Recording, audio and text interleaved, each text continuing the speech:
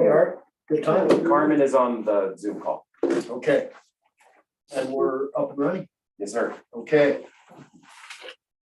Well, hello, everybody. I want to welcome everyone to the March 13th, 2023 work session here in Idaho Springs. We'll get going right on time at 5:30. This is an unusually large work session with 9 items, but I think most of them won't take too long. To start us out, we've got local firearms regulations. And I believe Carmen's gonna kick that off. Hey. There she is, with all her scholarly books. She looks like she's in Harry Potter up there. That's right. Good evening, Mayor and Council. Nice to see you in the abundant sunshine at 5:30 p.m. Thanks to daylight savings. So the first item we have in the work session, I think it's indicated local firearms regulations. You have from me a couple of memos in your packet. One is a brief cover memo, a one-pager from me. That's the first memo you will see that basically outlines for you what it is that I would like your input on here this evening. The other memo that follows is a 3-page memo that is a more in-depth analysis of the rather recent Supreme Court decision that is driving this request of you. Perhaps you've heard, or you did hear last summer, one of the United States Supreme Court's pretty significant decisions concerned a challenge to a New York State regulation about firearms and about a permitting regulation that the state of New York had restricting and putting some limits on the ability of folks to obtain a permit to carry a firearm. Essentially, without getting too much in the weeds, the state law required a citizen to demonstrate that they had a particular need, a particular security sensitivity or need to defend themselves that merited or justified that citizen's ability to carry a firearm.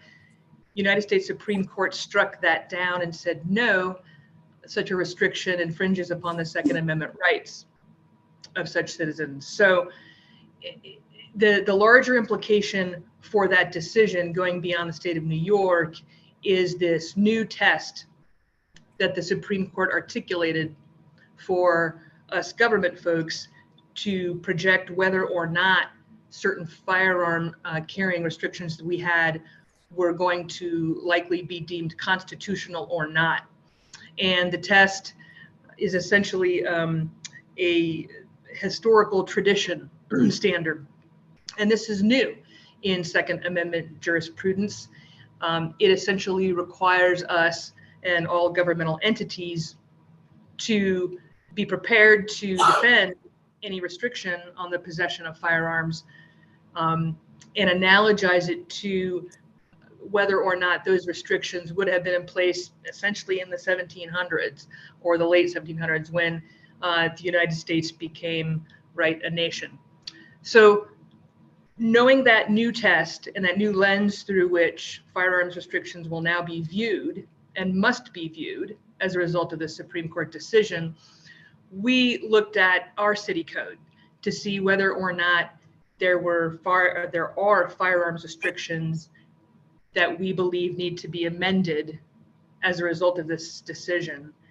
And as you can see in the one-page cover memo from me, there is quite clearly, in my view, one section of the code that requires repealing. And that's section, 17-67, which limits the possession of firearms within liquor licensed establishments. We think that back, whether you like it or not, in the 1700s, in 1800s, there were very likely no restrictions on the carrying of firearms in liquor licensed establishments. As such, we think it's quite clear that if challenged, that particular code section would be found to be unconstitutional.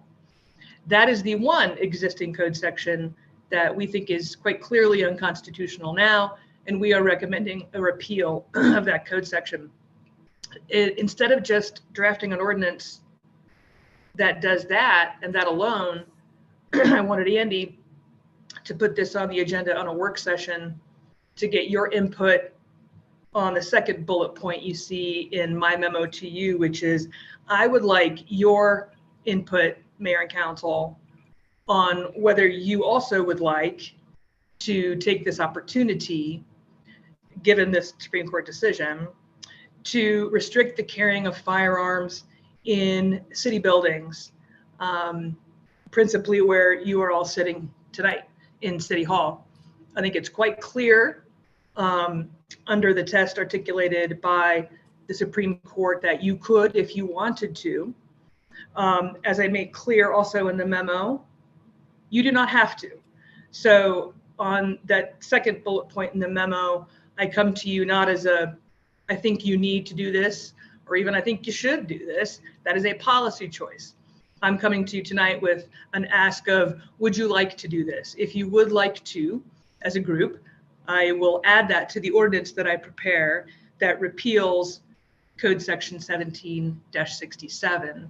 You, again, do not have to if you don't wish, but I thought this was the time to make that ask of you and check in with you on that subject. So with that, I'm happy to answer any questions you might have about the decision, and I would love to hear any discussion that you might have as a group about whether you want to have any additional provisions in the code that restrict the carrying of firearms in City Hall. Council, questions for Carmen? Oh, I agree with City Hall, court. Library? Schools? And they have screening. Holidays, right? You can't go into those buildings, but then they, Right. I wish we could afford those. because we have an ordinance. Seal.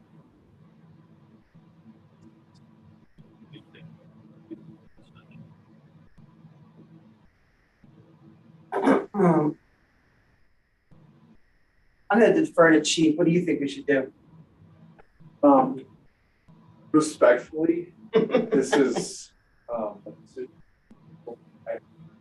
feel like I would enforce the laws of the council. What would you like? Well, let me Make it harder. let me rephrase her question a little bit and say, if we did like this, how does that get enforced? I mean, we still have something concealed, I feel like, but we're not running them through a screening machine, No, so. but we would post something. Someone in City Hall thought that someone in City Hall came with a weapon. Then it could They be had to dealt answer with. call. I think our, Correct. I mean, I think the library already has that, and same thing with smoking or any of the other things that are dangerous. So I mean, just having the signs up again is a iteration. I mean, honestly, somebody that's gonna illegally carry a gun into an establishment really isn't gonna be reading signs, or can't really read signs, however you want me to put it, but it at least somebody who's honestly holding the weapon, carrying a weapon, would respectfully, I hope, decline from coming in public building. I think if we did do this, I think we're. Sure. I think All right. it's. So It's I'm pretty hearing the majority of council, the ordinance would of course repeal 1767, but also include city buildings. This would include any school, city hall, library. Can I ask you another thing? Would that extend to city events? Like in the marketplace? Sure. Or rapid grass, not a city event necessarily under the, no, I don't No. think so. okay. No, and to be clear, council, your ability, as I read the Supreme Court's opinion, is to potentially restrict the carry of firearms on city properties. As Kate notes, the library district may have their own, even though it's city property, I realize. They may already restrict firearms in the library. The rec district could explore their own ability to restrict carry on their facilities. But it's quite clear under this decision that special events, held outside, that kind of thing, city permitted or not, would not be within the purview, I don't think, of the historically sensitive places that the Supreme Court has outlined. It is a very small window of what the Supreme Court thinks are historically sensitive places, given the tradition in this country of the carrying of firearms. Okay, so it would be city-owned buildings and then this section 17-67. How would that affect an employee of the city who has a? They could not carry at work. They could not carry at work for council. Going into the future, let's just say we do have somebody that wants to carry and they're on council, that would also include anybody on council. Correct. You make a rule that there's no carrying in city buildings, there's no carrying in city buildings. Carmen, do you happen to know case study if most city halls have adopted something like this, or? Not surprisingly, Councilor Pinnell seems to run on political lines on the conservatism or liberalism of the council. I do know councils that do, that have restricted carrying. Even before this decision, maybe you remember, you had some limited ability to restrict concealed carry, open carry in city facilities. So there has for some time been some municipalities who have restricted open carry, which was all that you could do before the decision. And remember, you had to have security screenings, you had to have metal detectors at each door that are constantly staffed. So this council or previous iterations of this council decided not to undergo that expense. But yes, there are quite a few, I would say, municipalities who do restrict the carry of firearms and have restricted open carry for some time in city buildings. But to be clear, this decision goes to carrying, period. Concealed, open, whatever. The carrying of firearms is something that in City Hall you could say no to. I think if you do it, well, you got to remember those, there's got to be a caveat on it that allows people in their official duties to do so. Otherwise, Of course. Yeah, I agree. Yeah, so you've got to add all that in there, and Right. and it's good. It's a piece of paper essentially that says you can't carry in City Hall. He's just saying that people that are authorized to carry, like our police But force. what's the enforcement burden on the police department or whatever that comes out of this too? Just look at it. What's the workload on staff? What, does that change it? I don't know. I'm not against it at all, but I just think there's things.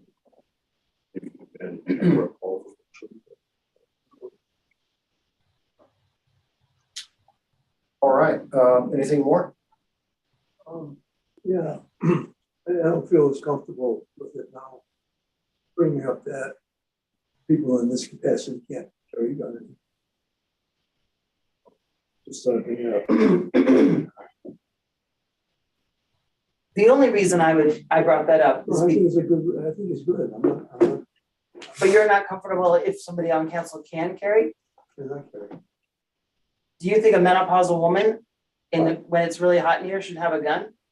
I'm just saying as a joke, but seriously. If it's my wife, absolutely not. But the problem with this is that, and I'll speak for myself. I don't carry a gun, but I wouldn't feel comfortable carrying a gun and trying to protect you guys. I just wouldn't. And I don't know that I feel very comfortable, no offense to any of the gentlemen in the room or Wonder, having you guys try to protect me. I'm sticking with the chief 100% of the time. So what's that? Good point. So that's all I'm saying. I'm not saying that none of us are qualified to own and operate a Well, and that gun. brings up the point that I would make is that the police officers are here to protect us, and they're the ones authorized carrying the guns if an incident ever did happen. So putting any burden on them to make sure people don't have guns, I think it tries to safeguard us. A little Well, bit the more. chief's little here bit more. for, the chief's here for our meetings, but he's not in City Hall, his office is in here, I mean, he's not at the All right, library. I'm Right, gonna, I'm and gonna try. that's, yeah, like at council meetings, he's here, but normally he's not here, so. Right. Right. I'm gonna try to be super diplomatic because we are on live TV. I'm gonna go back in time and I'm gonna make up a hypothetical. What if somebody that has been on council in the past came to council intoxicated at times? And that person happened to be carrying a gun, legally carrying a gun. How would you feel now? Well, they're probably carrying guns. It's not actually hypothetical. It was very hypothetical. It is absolutely 100% not It is hypothetical. It's I know. absolutely totally happened. But if they're carrying a gun and they're intoxicated, that statute says you can't do that, therefore. I'm just that saying- protects us beyond what we're talking about. But I'm saying, while it's hypothetical, it entirely happened. I'm sure it happens all the time. It's within, But I'm asking Art how he feels about it. But I mean, the discussion about whether it happens or not is, would you still be comfortable with somebody who's intoxicated having a gun? I can't answer that question. All right, any How about, further just a little discussion? further, how about somebody, everybody sober? Okay, and one of the people happened to be mentally ill, Absolutely not. but you can't tell that, can you? Well, Functions normal. hopefully that is the whole point of background checks and stuff like that, Art, to make sure that you don't have mental illness. Checks aren't quite as thorough. I agree, but they should be. Neither am I, but yeah, I mean, guys, I agree with what we're trying to do here. I'm just trying to like say, I am comfortable with council not carrying a gun, but you guys can vote however you want. I'm not trying to impress upon you my views. Well, we're just giving direction tonight, we're not voting, right? Right. I mean, it's good to say, but when you got an irate person running in there with a gun. I get it, John. Yeah, they won't care what the rules are. I'm gonna tell you right now, every day of my life, I have my plan. I don't know what your plan is, but I've got mine. For Jonathan, some of the things he has to come up with, which I did in State College, about people coming in, being irate about a parking ticket. Mhm. I'm more concerned about that person than I am about the drunk. I have had somebody flash a gun at me because of a parking ticket before. So Wow. that is something that has happened. Absolutely, But we de-escalated the situation and it ended up being okay. which is horrible, Jonathan. It's right where Chuck's sitting right there. All right, anything further? Carmen, you feel you have the direction? All right. Where's I think my- so. So, well, and again, as Councilor Cacavelli points out, this is not a vote tonight. But what I'm hearing is consensus to include in the ordinance a prohibition against carrying firearms in City Hall, as well as the repeal of the other ordinance. I will bring that forward to you, and then you can certainly vote on that as you may. Yes, sir. Yeah. One, not that part of it, but if we get rid of the other part of the code, people can then carry guns in a bar. Oh, yeah. But the bar then can institute a policy. If we take away the code, they can institute a policy, which is not. Yes, sir. Okay. Yes, exactly right. Exactly right. All right, well, thank you, Carmen. So Carmen, just to clarify, you're gonna draft an ordinance, it'll come back on first reading, and there'll be another opportunity to have further discussion if needed between that and the second reading to finalize. Yes. Okay. Yes. Okay, all right, well, thank you very much. Moving on, the second thing is harassment update. I think that's me too. Oh, Is that me okay. too, Andy? Yes, please. It's sort of a funny name, an update on harassment. This is much like the previous item, Mayor and Council, but this one's far more straightforward. You will see on your agenda this evening, ordinance number 3. That is an ordinance that also contains an amendment to the code that I brought forward as necessary in response to some case law. This time it was the Colorado Supreme Court that about a year ago announced in a Colorado Supreme Court decision that some very common, and indeed it's reflected in state statute and therefore most municipal statutes, the definition of harassment was challenged, and this long-standing language that's in place in almost every jurisdiction was deemed by the Colorado Supreme Court to be unconstitutional. It's a very slight amendment. It takes away the word meaning to, it takes away the word to harass in terms of the intent of language, which essentially the Colorado Supreme Court found to be overbroad. Funny enough, the court, when it looked at the overall definition of harassment, which are repeated or unwanted communications intended to harass or threaten bodily harm, the Colorado Supreme Court took the view that, hey, repeated and uninvited communications intended to harass you, well, golly gee, that could encompass a lot of the things that we all get on these phones every day, whether it's election season or, you know, you applied for a loan, you are then inundated with unwanted and uninvited messages and communications that probably do harass you on some level. But we think that to have that particular language in the statute that is criminalized is unconstitutionally overbroad. So we are amending this ordinance number 3 that you see in your packet tonight. We're amending our city code language to match up with what the Colorado Supreme Court says is now constitutional under the Colorado Constitution. I've taken the opportunity, while striking the very, very minimal language that's unconstitutional, we're also under this ordinance updating the language of our code to embrace how people communicate electronically and digitally these days.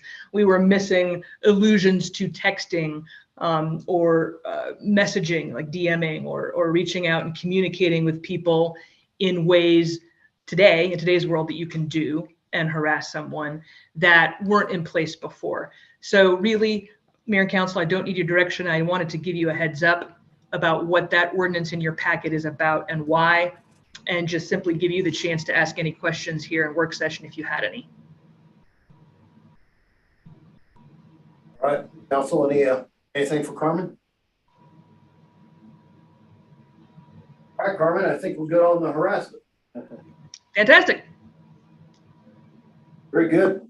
Next thing up, Chief, looks like we have a really good report on traffic incident management and the closure plan.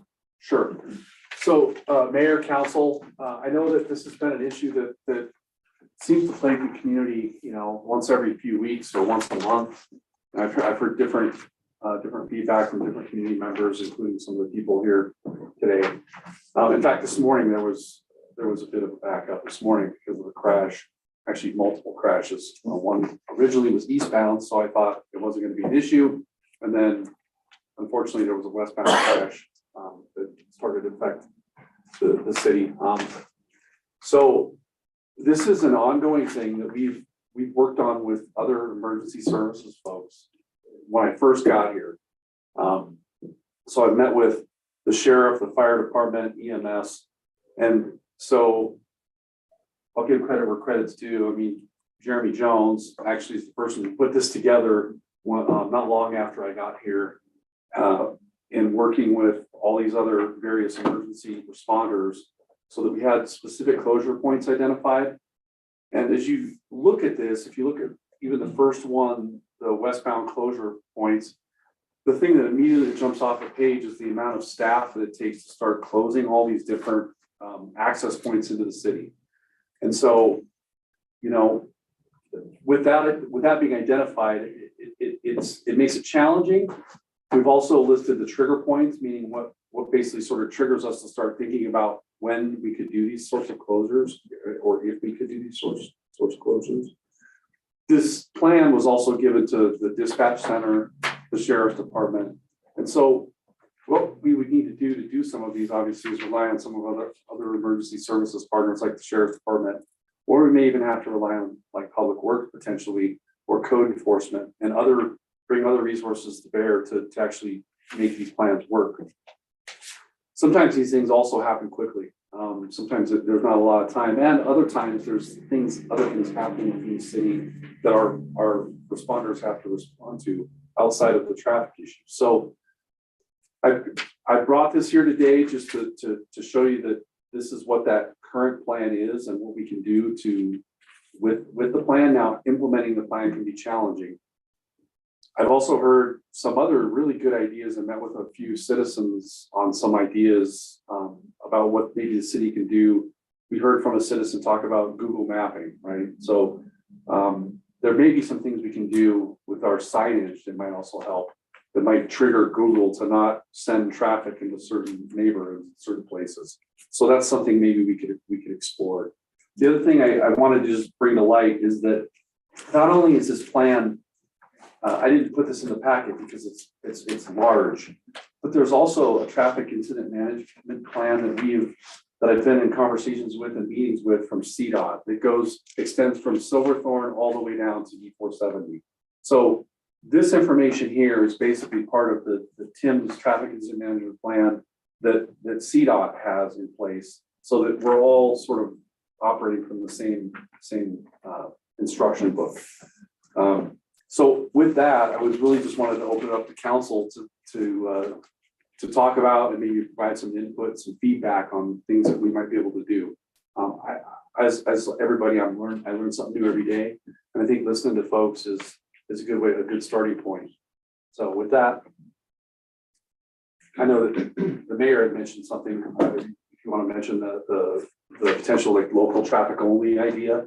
Well, out there. you know, and I'm just literally fishing for a solution because the problems that were voiced to us about folks cutting through, like on Virginia Street or something crazy up Wall Street to try to get around traffic. We know it's not an original thought. Folks are following Waze or Google mapping that says, hey, you can shave 2 minutes off, you know, so race down this residential street.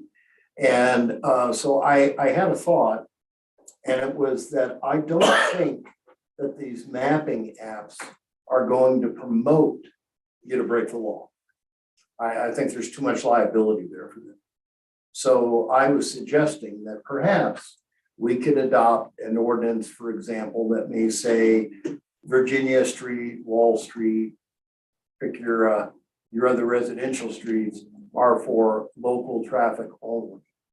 Now, it may not have a lot of teeth in the law, but I'm saying if we adopt that, and that is the ordinance, I think it might be a tougher time for a mapping app to push, right, the public to just blatantly violate our ordinance. Well, we all, us three live in the same area. We know the challenges that we have, Right. but I agree with you. The thing about our signage, as everybody's aware, is we have a lot of it and it's sort of obscured. So it would have to be something a lot more dramatic. And I know we want to keep the signage to a minimum and not have a lot of signs that say no, but I think Are you that's. talking about extending the signage then? Or- Well, and again, I'm not under any illusion that folks will see the sign and say, oh, I better get back in Colorado Boulevard.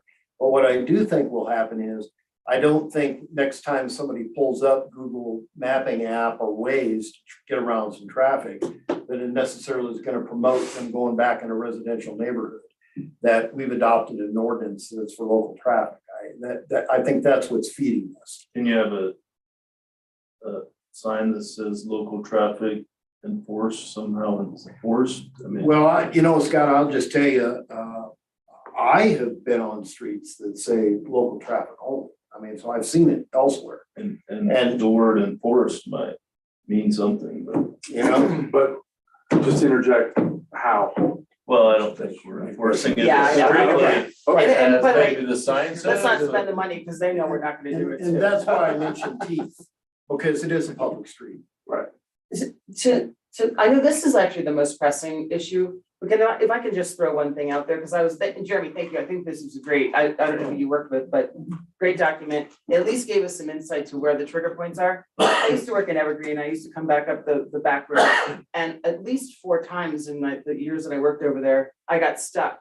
And I am sitting in traffic trying to go home, whereas other people have gone around the I-70 blockage, come up the road that is essentially a locals road, right? It's taking me back home. And I'm stuck behind people that are going skiing because their skis are on top of their car and my book bag is in the back. And I get out of my car and I trudge through the snow and I knock on the officer's door and I'm like, can I just go through? Because I live in Idaho Springs and me sitting here is not doing anybody any good. In a 4Runner, perfectly legit car to get home. And they're like, no. It would be really lovely if locals could have a decal in their window, old school, that says, hey, yeah, you definitely can go home because you live there. You're not gonna be blocking the road with your skis or whatever. You were definitely just trying to get out of the problem. And I have been fortunate, I've had the opposite, where I've shown my driver's license. He wouldn't look at it. That I was a Idaho Springs resident and they let me go, so. Well, that was you nice. know, It may depend on who you get. I had that occasion, but Well, that's it was restricted due to snow. The road was closed, but. Oh, I got you.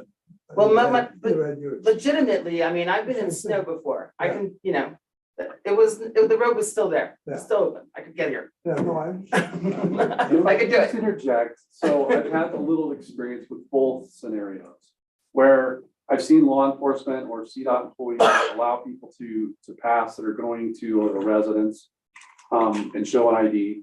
But I've also seen situations where we have the road closed. I was trying to go home and ended up in a road closure point and helped CSP. But there was a jackknife semi down the road and there wasn't. Oh, and I any other road. understand that. So. I do so there was understand a- So that becomes challenging. Obviously, I can't off-road that much in like 4 So, but that still upsets people because they think that it maybe isn't honest or something. So No, I've seen that happen. I've seen both sides of I that. think this was actually one of the last times that they closed I-70 in anticipation of a storm.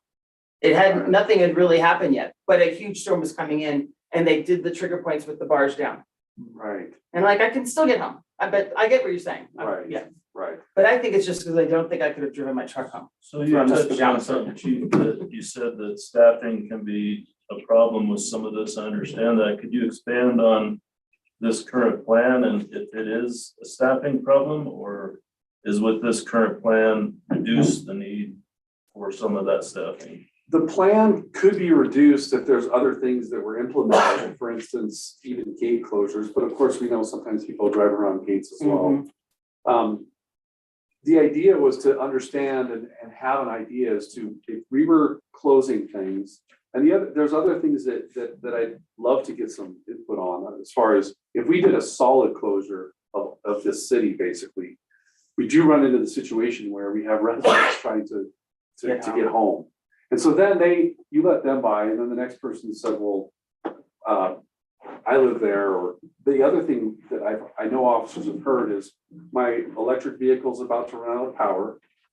And I know they've heard my kid in the back seat has to go to the bathroom. So there's these things where we let some people through, but now we're not letting other people through. Yeah. And it can become a problem for us as a profession. When we kind of, there's these rules apply You're to trying to some, make- but not the other. And so that's when it just becomes a little bit of a challenge and people start to question that. Go ahead. What about so let's just say that is a jackknife semi and there's multiple cars on the road and it's up and down.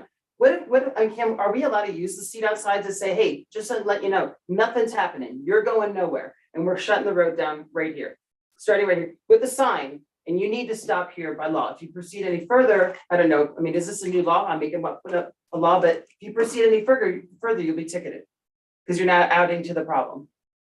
I mean, those big overpass signs, I know some people don't like them, but even the ones that are on the side that says the road is closed 1 mile ahead. Stop now. I mean, I don't know, because then you take out all the cars out of the equation. Right. I think I understand what you're saying. Signage on the side or something, but not a physical barrier. Right, the blinking light things.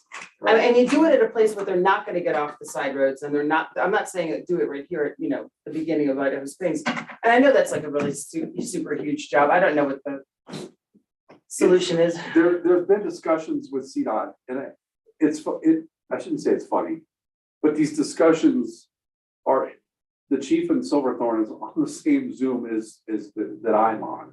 And we're talking about these things and how you can do basically with like a rolling closure so that you're closing things further back, which can be even more frustrating for people because they don't see what's happening 15 miles to the east or west.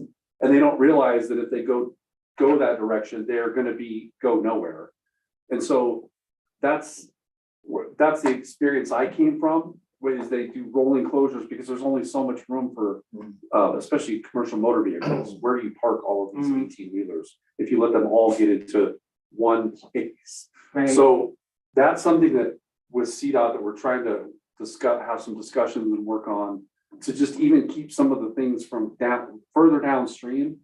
A good example is obviously if there's a problem in Georgetown eastbound, then head towards Denver, then they may have to close the road in Silverthorne and not let people up the hill, up to the tunnel. And that makes Which- sense. Which makes sense, but it's funny because it's on the other side of the mountain and the people on that other side may look up the hill and say, And there's nothing here. they need to right? go back to the East Coast where So- you can't see the problem ahead, because that happens in the West. It's a big place. No offense. So those things are, those conversations happen and we continue to work on those. We look at, when we have these bigger incidents, we'll do an after action with CDOT and all the emergency responders and fire to see what we could do better or how we can handle these things better. As far as our city itself, I'd like to see if there's, who has the $1 million idea as far as, do we have the support of council? Do we want to explore if we close the entire city? Because now we may impact businesses that might be a little upset about that. And there's these other things to think about with these closures. I actually brought this up kind of as a joke, but sort of seriously back when Argo was doing the gondola thing. And I said, start gating off the neighborhoods and having it as a code. You gate off all the neighborhoods. They're just free and open all other times. You gate off the neighborhoods during one of these things and I can get in, but that guy can't get in. A few of the ideas. Serious staffing. No, I'm just Right, talking like an actual, staffing and some money. I know it is, by the way, in So- Florida where I grew up, everybody had one of these doors that swung open. So- And you did a So card. a few things he said that I think this is a work in progress. It's ever changing. The highway's always changing, so constantly trying to update this. And also, you said working with CDOT. I think that our municipalities aligning with CDOT somehow, some way, but this is major inconvenience to people and there's no way to avoid that. I mean, that's just, it's a lesser of two evils sometimes, so. Mhm. Right, and I'm not sure if there's an opportunity, with the local traffic only to enact something like that where the city, and I'm sure Carmen's listening, the city could enact something, but not necessarily, because enforcement's not really, cannot be possible, but could do that really by ordinance only, and then we could provide that to these mapping companies, and then that might help, at least help alleviate some of that. The other thing is the specific intersection of 13th and Colorado Boulevard was brought up to me. Because a lot of people continue north on 13th from Colorado when things are awry, and that's where they end up on Virginia. So the city could also explore potentially, I was thinking about meeting with some of the people that live in that neighborhood and having a sign or like a sawhorse sort of a sign that we could put across the road that just says local traffic only. And you put it on the northbound side of the road so people could still exit. And so if you're gonna go up there, you'd have to go around it. And that might be just a small thing that might keep a lot of the people from venturing up. Do it as a test. And so that was one of the ideas that I thought was a I like decent that. idea. Scott, what do you think? You live right Because there. it wouldn't really cost anything, and I could potentially find some people that live up there that would be Just put it willing, out there. that would be willing to do that if we couldn't get there to do that. So, Sure, I love that idea. or public works. Yeah. Right. Good idea, John. That's a great idea. So if that's something but I'm not sure if we would need to do something beyond just putting the sign or if we would need to actually, because really if they go around it, they would be going into oncoming traffic. So that would be your violation. And as a side note, this morning when there was the backup on traffic, our ISPD officer did go to the 239 and did stop a number of people that came off and were rolling right through the stop sign. They were trying to get around to go onto the frontage road. So he was sort of excited because he saw locals out there waving at him. So, well, because they just blow right through that stop sign. They do. I say we just have a flashing light when there's busy traffic on I-70, toll enforced, everybody pay $1. You can go through as much as you want. Jonathan, thank you for your patience. I'm sorry, I just wanted to say, Golden just enacted a local only residential road Did they program really? last summer. It's near where the rafting happens and all Oh, the yeah. tubing and stuff. So we could look at their program potentially and see what they've Okay. done. Okay, let's do it. That'd be great. Very good. Anything more on the incident management and closure plan? All right, hearing nothing further, we will go to truck engine brake regulation. I'll kick this one off, Mayor. This came up when we were meeting with our municipal judge, and he was looking at updating some of our fines that he enforces through municipal court. And we realized when we were looking at some other jurisdictions that he was familiar with and doing some comparisons that we do not, as a city, have any regulation of engine brakes, engine brake noise. So he said, well, if you want me to enforce that, or not enforce it, but to have that in part of the municipal court items that I can weigh in on, I need to, it would need to be adopted as an ordinance in Idaho Springs. So I met with Carmen and Chief. This is a difficult item to enforce, but like the item we just talked about, I think it does send a message if we do have it as a matter of our ordinance, adopted municipal code, that you need to have engine brake mufflers, or you need to not use your Jake brake going through town where it's mostly flat. And sometimes in our meetings here, it's almost deafening sometimes. Yeah. And it's really mostly unnecessary. So most your trucks do have controls where you can have it on automatic, or you can do it manually. And you do have control, the truckers do have control over that. So we're asking, and I think there's a draft ordinance to make this a requirement that, or make it impermissible to use. Truck engine brakes are called different things, compression brakes, Jake brakes, in Idaho Springs.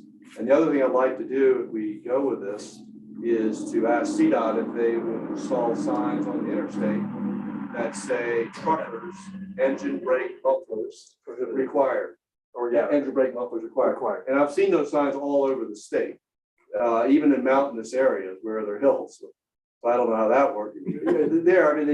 They have a muffler so they can use them, right? But it's hard to, again, enforcement's difficult because how do you check to see if there's an engine brake muffler on there? I don't know a lot about that, but Chief was saying that that's really going to be hard to enforce. But it sends a message if they're at either end of our city on I-70 that engine brake mufflers are required, and you also are prohibited from using engine compression brakes in city limits. Yeah. So that's what this is all about. Municipal judge doesn't, one way or the other is okay with him. He just said, if you want to have this, adopt this in the municipal code. That sounds good. So you're talking about highway, enforcement means that the person not to do it has to know the rules too. So we could have the sign on the road, but how do they know they're in city limits? Because I don't think we have city limit We do. signs We do on at each end of the each highway. end of the interstate. We do, Okay. entering city limits. Yep. So you're right this morning. I'm not sure that's I got trucks, they're right, and the same as these guys here now. I think, the guys running without mufflers and stuff on it, right, that's a different story, but when you put into into a law that says there's no engine brakes and stuff up.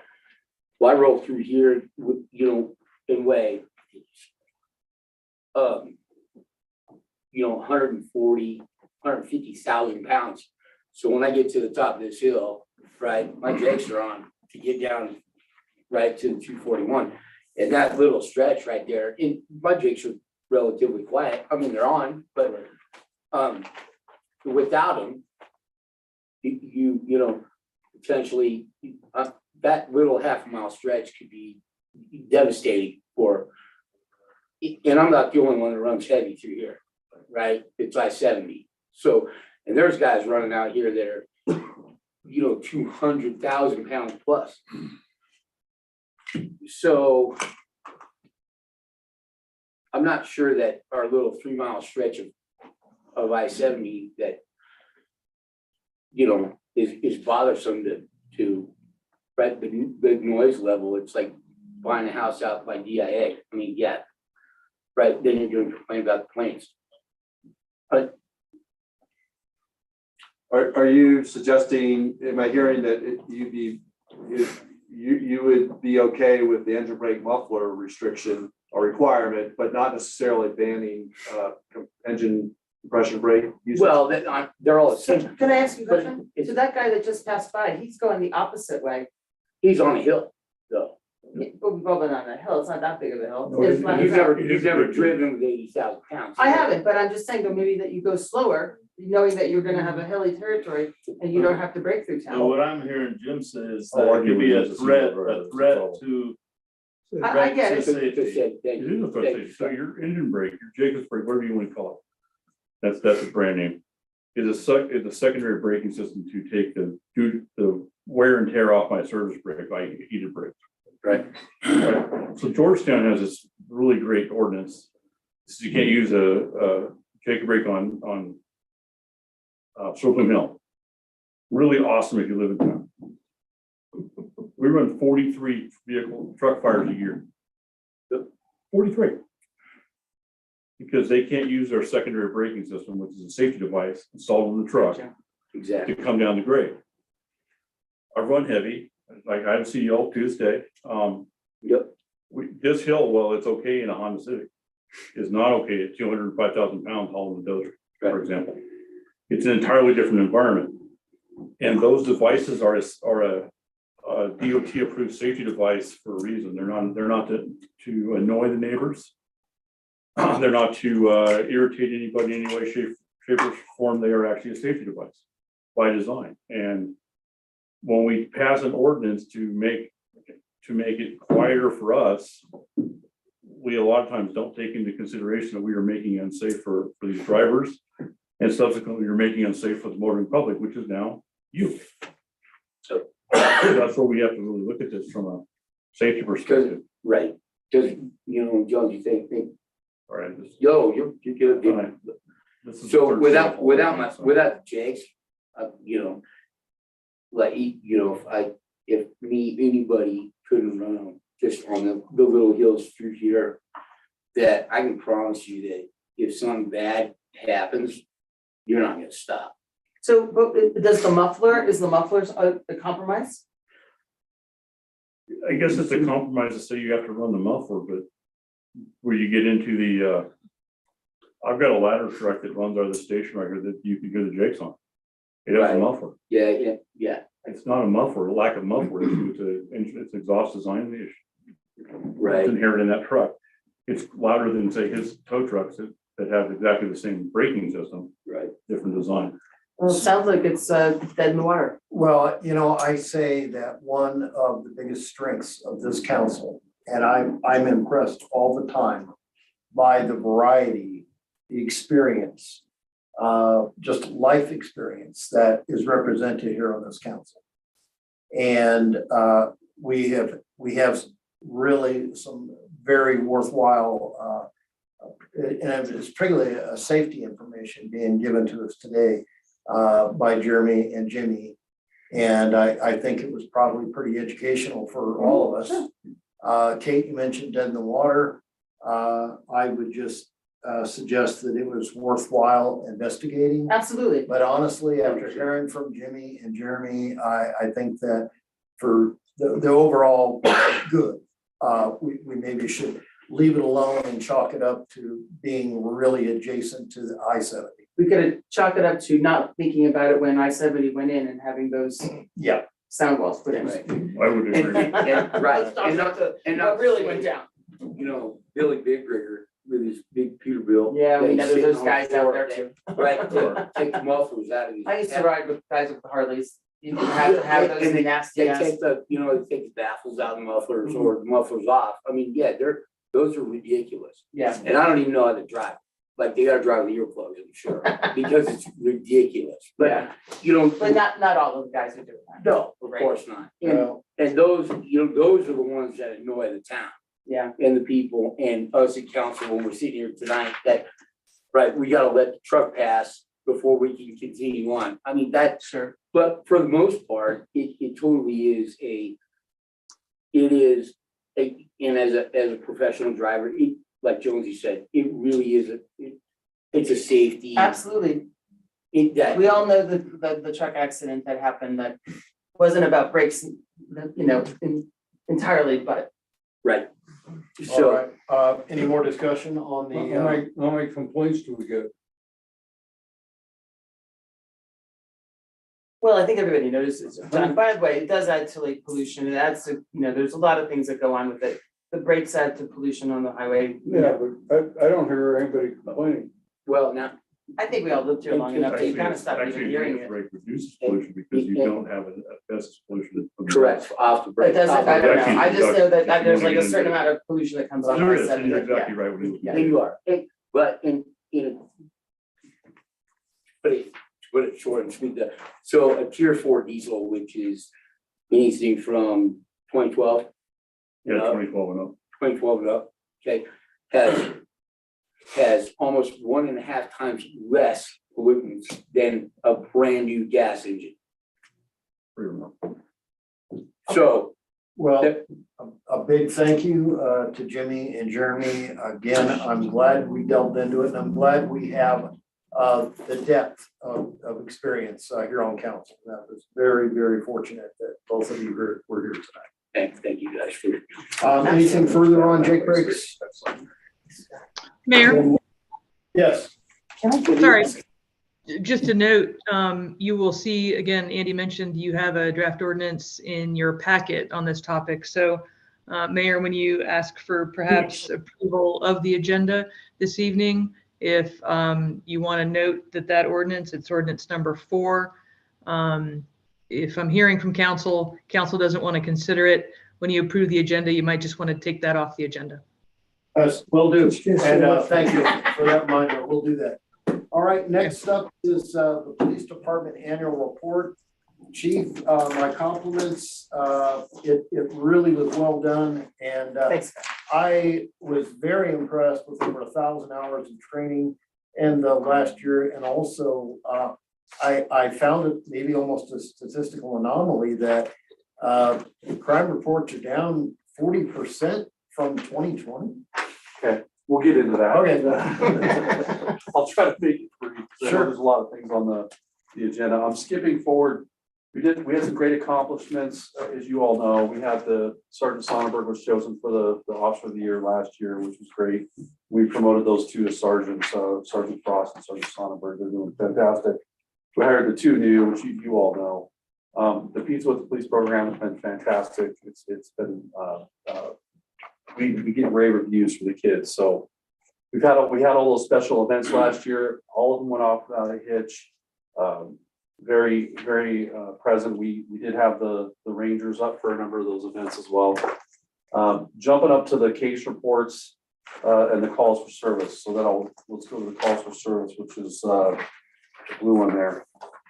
So really, I wanted to kind of explain this and see this number. So a couple of the things that have changed a little bit with the way that we're doing things at the police department now. There was some reporting that was being done that really didn't have a lot of value, and I felt like it was wasting time, officers' time. And I'll give a few examples. So one of those things would be if we see an ambulance at a house and we stop to say hello and see if they need anything or need help. In the past, they were doing reports for those, and there really wasn't any information that had nothing to do with a criminal matter. It was really just can we help out matter. And so that's one of the ones that I saw a big drop. And I don't know if it was because of COVID and COVID before and or what, but that was one of the things that changed. And so some of the things that the officers were doing reports on, we could document through just the CAD system itself, the computer-aided dispatch system, and we don't have to generate necessarily a police report for it. So all crimes, there's a police report for. That hasn't changed. So I would just say that I think this more accurately reflects and is taking the officer's time in a more, I guess, reliable picture, if you will. So that's why that number looks a little bit lower. I don't think that it's necessarily that we've had a lot less calls and that we're not actually stopping and helping, we're still stopping and helping our fellow emergency responders. So that's that's what we believe that to be. And discussing that, of course, with Cindy, who's worked for the police department for 22 years. So she's the guru behind all these numbers. One of the things I do want to point out on the call comparison over 3 years, which I find to be interesting, and that kind of gives you a sense. So last year or the year before in 21, we had this crazy number of car thefts. The car theft rate was stolen vehicles 27 in 2021. And then last year it's down. So it's down to 8. And the reason being, we think there was a car theft ring that was working along the I-70 corridor up to Silverthorne and beyond Silverthorne into Breckenridge and some of those areas. So those people were arrested and charged. And so we believe that to be one of the reasons that's down. But one of the other ones that's up is sexual assault, unfortunately. And we saw a little bit of a spike in juveniles, sort of assault, juvenile on juvenile type assault. And so that was something we did talk with the school about, maybe doing some education at the school as far as, what no means, right? And discussing that. So that's where we kind of saw that one go up. The rest of them are all pretty consistent. There wasn't any real big spikes in any of the other numbers. The motor vehicle crashes, it still is about the same. We're still seeing the same there. The use of force, we had one less use of force than we did in 2021. So a consistent number. But one of the ones that, if you look to the next page, the demographics is, we look at our demographics on use of force because it's, we want to make sure that there's not something that looks unusual, that we're using force more on us, a minority versus, Caucasian folks. So that looks about right. But the one below that I thought was interesting that we looked at this year, the 2022 use of force data, that of the 33, I believe? Yeah, 33, that 9 involved residents of Idaho Springs and 24 involved people out on I-70 or people that are not local people. So I just thought that was an interesting number because it's an interesting number. I think there's a lot of communities that wouldn't see this disparity from non-residents. I just think there's a lot that wouldn't see that. You guys have a lot more. It's a telling, to do with I-70, it was a very telling, I thought, piece of data. The training, you're right, Mayor, we did a lot of training. We sent people. There's such opportunity for training down in the metro area.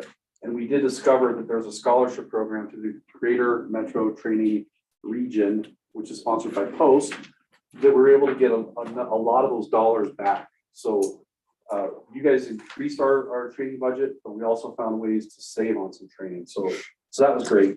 And as you know, we have the 2 new officers and Officer Ishmael, who graduated from the academy. He's doing fantastic, and he's actually out on his own as of now. So he is now certified to be out there. Last year, I didn't have anything on Zach, our code enforcement. Zach is a hard worker. He's out there trying to keep the community looking nice. So we put his data and the things that he's out there doing. One of the ones that was interesting, a call that originated from City Hall, believe it or not, about a potential house that had some junk vehicles and turned into multiple stolen cars, fentanyl recovery, a search warrant at the house. I mean, it turned into a thing, and it started at City Hall and started with Zach. So it was really kind of an interesting call that he's proud of being involved with.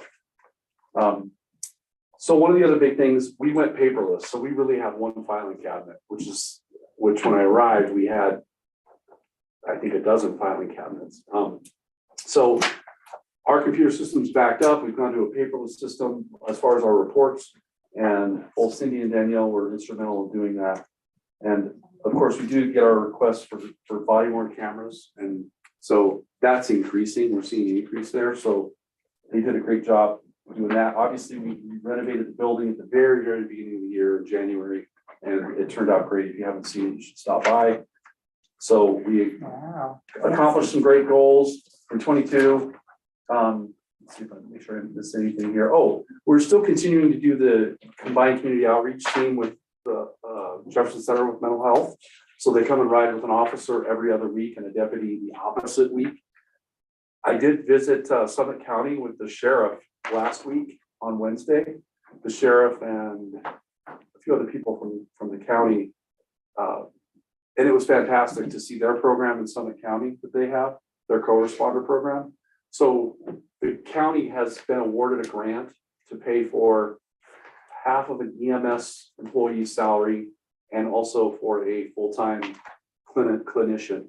So it appears that the Clear Creek County is moving towards starting with a responder program that'll be a clinician and a EMS person.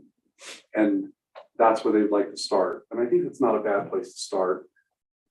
Us, we don't have the manpower to designate an officer full-time to that. And I know the sheriff does not have an officer to designate or a deputy full-time to that. So that's the way that Clear Creek is going to start, but I think it's a good starting point. And some agencies do have those programs in place without an officer. And we would still continue to go to things that involve weapons and that are dangerous. So we had a number of significant calls. I think the council's probably seen most of those through those press releases that we've done. I added the hyper-reach and code red codes so that with the QR codes so that if people were interested. And we got the great thank you card from the Carlson Elementary student that I thought was humorous. I did ask the mother to make sure I could put this in here. She was fine with it. And then we have some new goals for 23. One of the things I'd like that we're working with the city on our community outreach is communication. So we're working on trying to, I can't remember the program, Jonathan. It's Voyant Alerts. So we're working with the city on basically creating a way that we can communicate more directly and put like some of these press releases aren't necessarily published. So if we can get people signed up for Voyant Alerts with the city, then we could push all of that information out to the city. And it's for other reasons as well. Yeah, I think that's probably a good enough synopsis at this point. Very good. Any questions? Questions for Chief? I'll hang them up in town at the library. Thank you. Put your And if information you out need there. more, I have more. I will be doing some presentations, including the Rotary. And then if anyone's interested in seeing this or seeing any of this information, this was put on our website as well. But if anyone's interested, I'm certainly more than willing to come and talk to people. I'll grab a couple if you don't mind, Chuck, and throw Do them you in want hard the copies library. of this to hand out? If so, email this to me. And we'll make some hard copies and Yeah, send yeah. back to you. That'd be great. Well, I have, Thank you so much. You want bound? I have, Like that. I probably have another, Okay. what, 60 of these? Because we also use this for when we go to our recruiting events. It's kind of a nice recruiting tool when we go to not everybody has something like that. And then there's some businesses I'm going to talk to about maybe if they're willing to keep it at their business or whatnot. I just found a really interesting uptick in the last 2 years of people wanting an actual paper copy they can flip through and go back, and we've tried to make sure that they Right. Okay, all right. Anything more for Chief? Okay, then we will move to the historic structure building code exemptions. I know we've chatted about this a little bit, and the bottom line is we would like to have it so that structures are economically viable and folks won't just elect the wrecking ball instead of moving them. And the best example I can get is energy compliance, where you might have a really historic interior that you have to butcher and have 2x6s you know, basically throughout the entire building that's gonna be moved, just so you can fill it with R19 insulation and drive all over it, right? You know, it's butchering the historic significance of the interior when you do that. And, you know, folks know going into it, well, maybe if I don't comply with its energy code, my furnace will run longer. You know, but if you dictate that, well, if you move it, we're gonna make you do these, in the case of the Jacob House, it's thought maybe as much as $60,000 extra. So I don't doubt some of our historic buildings will still meet the wrecking ball, but we would like to incentivize saving historic buildings and not destroying them. So that's the idea behind it, without making anything unsafe. And I know we've discussed it, but that's the gist of what we're trying to do with that particular ordinance. Andy, do you have anything to add? No, other than that it is an emergency ordinance as proposed, and it would, if council approves it tonight, it would take effect immediately. Is that so that the Jacob House can start? It will give us another Updates. tool in trying To get it to go. try to get that structure moved and Okay. preserved, yes. Yeah, that makes sense. So I think it's critical, because I think what we do is we take historic structures, Jacob, for example, that we say if you move it, alter in any way, you have to come with a new code, and that doubles and triples your cost. I don't think that was the intention of planning, just so you know. No, I don't think Yeah, that's the intention of planning, because I mean- planning, I think planning doesn't spend as much time, I guess, in code as maybe I do. Right. You look at code and what it costs businesses to come to compliance, and even when you adopt a new code of the city, what's the impact on a business if they were to change configuration, right? There's a monetary cost that we don't maybe look at the time that they. This is a perfect example of from having an avenue to incentivize people to preserve these buildings, move the buildings if they have to allow for expansion within the city, but still maintain the historic value of the buildings. So Yeah. we are going to lose a large portion of our town. Home could even be homes, for example, Mhm. to this, because it's cost prohibitive to bring it up to anything that resembles. Or that modern just code. loses the integrity of the old house. I mean, my house is a prime example Oh, of perfect, your nothing, house is a perfect example. of that. nothing remains of what was original to that house, so Right. I understand completely. No, it's great, and I actually did hear something over the weekend that I think is exciting. I'm not gonna mention who or what exactly, but what this person is proposing is historic districts within our city that won't increase taxes, will help, you know, defer taxes on redoing your house. And so without a lot of limitations on what you can do to your house. So I was pretty excited, I'm sure you know what I'm talking about, to hear that might be coming around, so. All right, very good. Anything further on historic structures? Then I will move on to parking fee and lieu program. Jonathan. Well, Mayor and Council, I gotta tell you, parking has always been a problem at Those Springs, and we know that. Even when it was a Schwartz's. Yeah, that picture comes up every time we talk about parking. Exactly. Section 21 of the code requires off-street parking for any change of use or redevelopment in the city. In some places in the city, that's not a problem. In other places, it's impossible. And it means that we're gonna hollow out some of our long-standing commercial businesses. What a change of use is for instance, if I operate a bank and I want to change my location into a retail, then I need to provide parking above and beyond what's required for a bank for the retail. In our code, we didn't used to do that. So there's a lot of uses downtown that aren't required to have off-street parking because they're grandfathered in. So the only way that they are required to have parking is if, like I said, if something changes, that changes what's required for the parking. We've had some conversations about this over the years, but there's never really been a way to address it until recently. As we've kind of come into focus on the mobility hub, we've realized that lets us more contextually manage parking resources downtown. We also have our permit parking program, which is pretty successful and robust and could be even tweaked a little bit more to protect residential parking. Some of your conversations tonight kind of fit into this paradigm that we're talking about. But in this space, Planning Commission started looking at how could we allow change of use downtown. And what they came up with was a fee and lieu program. And essentially what this would do is it would say that if I am going to put a new use in a building downtown and I cannot provide the off-street parking that's required, and it's really important to remember that when I have a change of use downtown, I'm only really required to provide the difference between what the current use is and the new use. So if, for instance, it's 6 spaces, I don't have to provide 6 spaces. If it was 4 before and 6 now, I only have to provide that 2. So what I can do is instead of providing that off-street parking, I can pay a fee in lieu of that requirement, and that will allow me to open my business. Now, the cool thing about this will be is once we get the mobility hub running and the parking structure running, this could provide a long-term source of revenue to operate that garage. So if we continue to contextually manage our parking and we be careful about how we're doing it, we have the ability to make sure that we can allow these changes of use to occur. One tangential benefit to this is that we have, depending on how you look at it and how they were developed, maybe 15 to 19 apartments downtown that are not currently inhabitable because of parking only. If we went through with an ordinance like this would open those apartments up, and we would be able to start thinking about how we could get more residential downtown, which is kind of something that would be a low-hanging fruit to address housing here.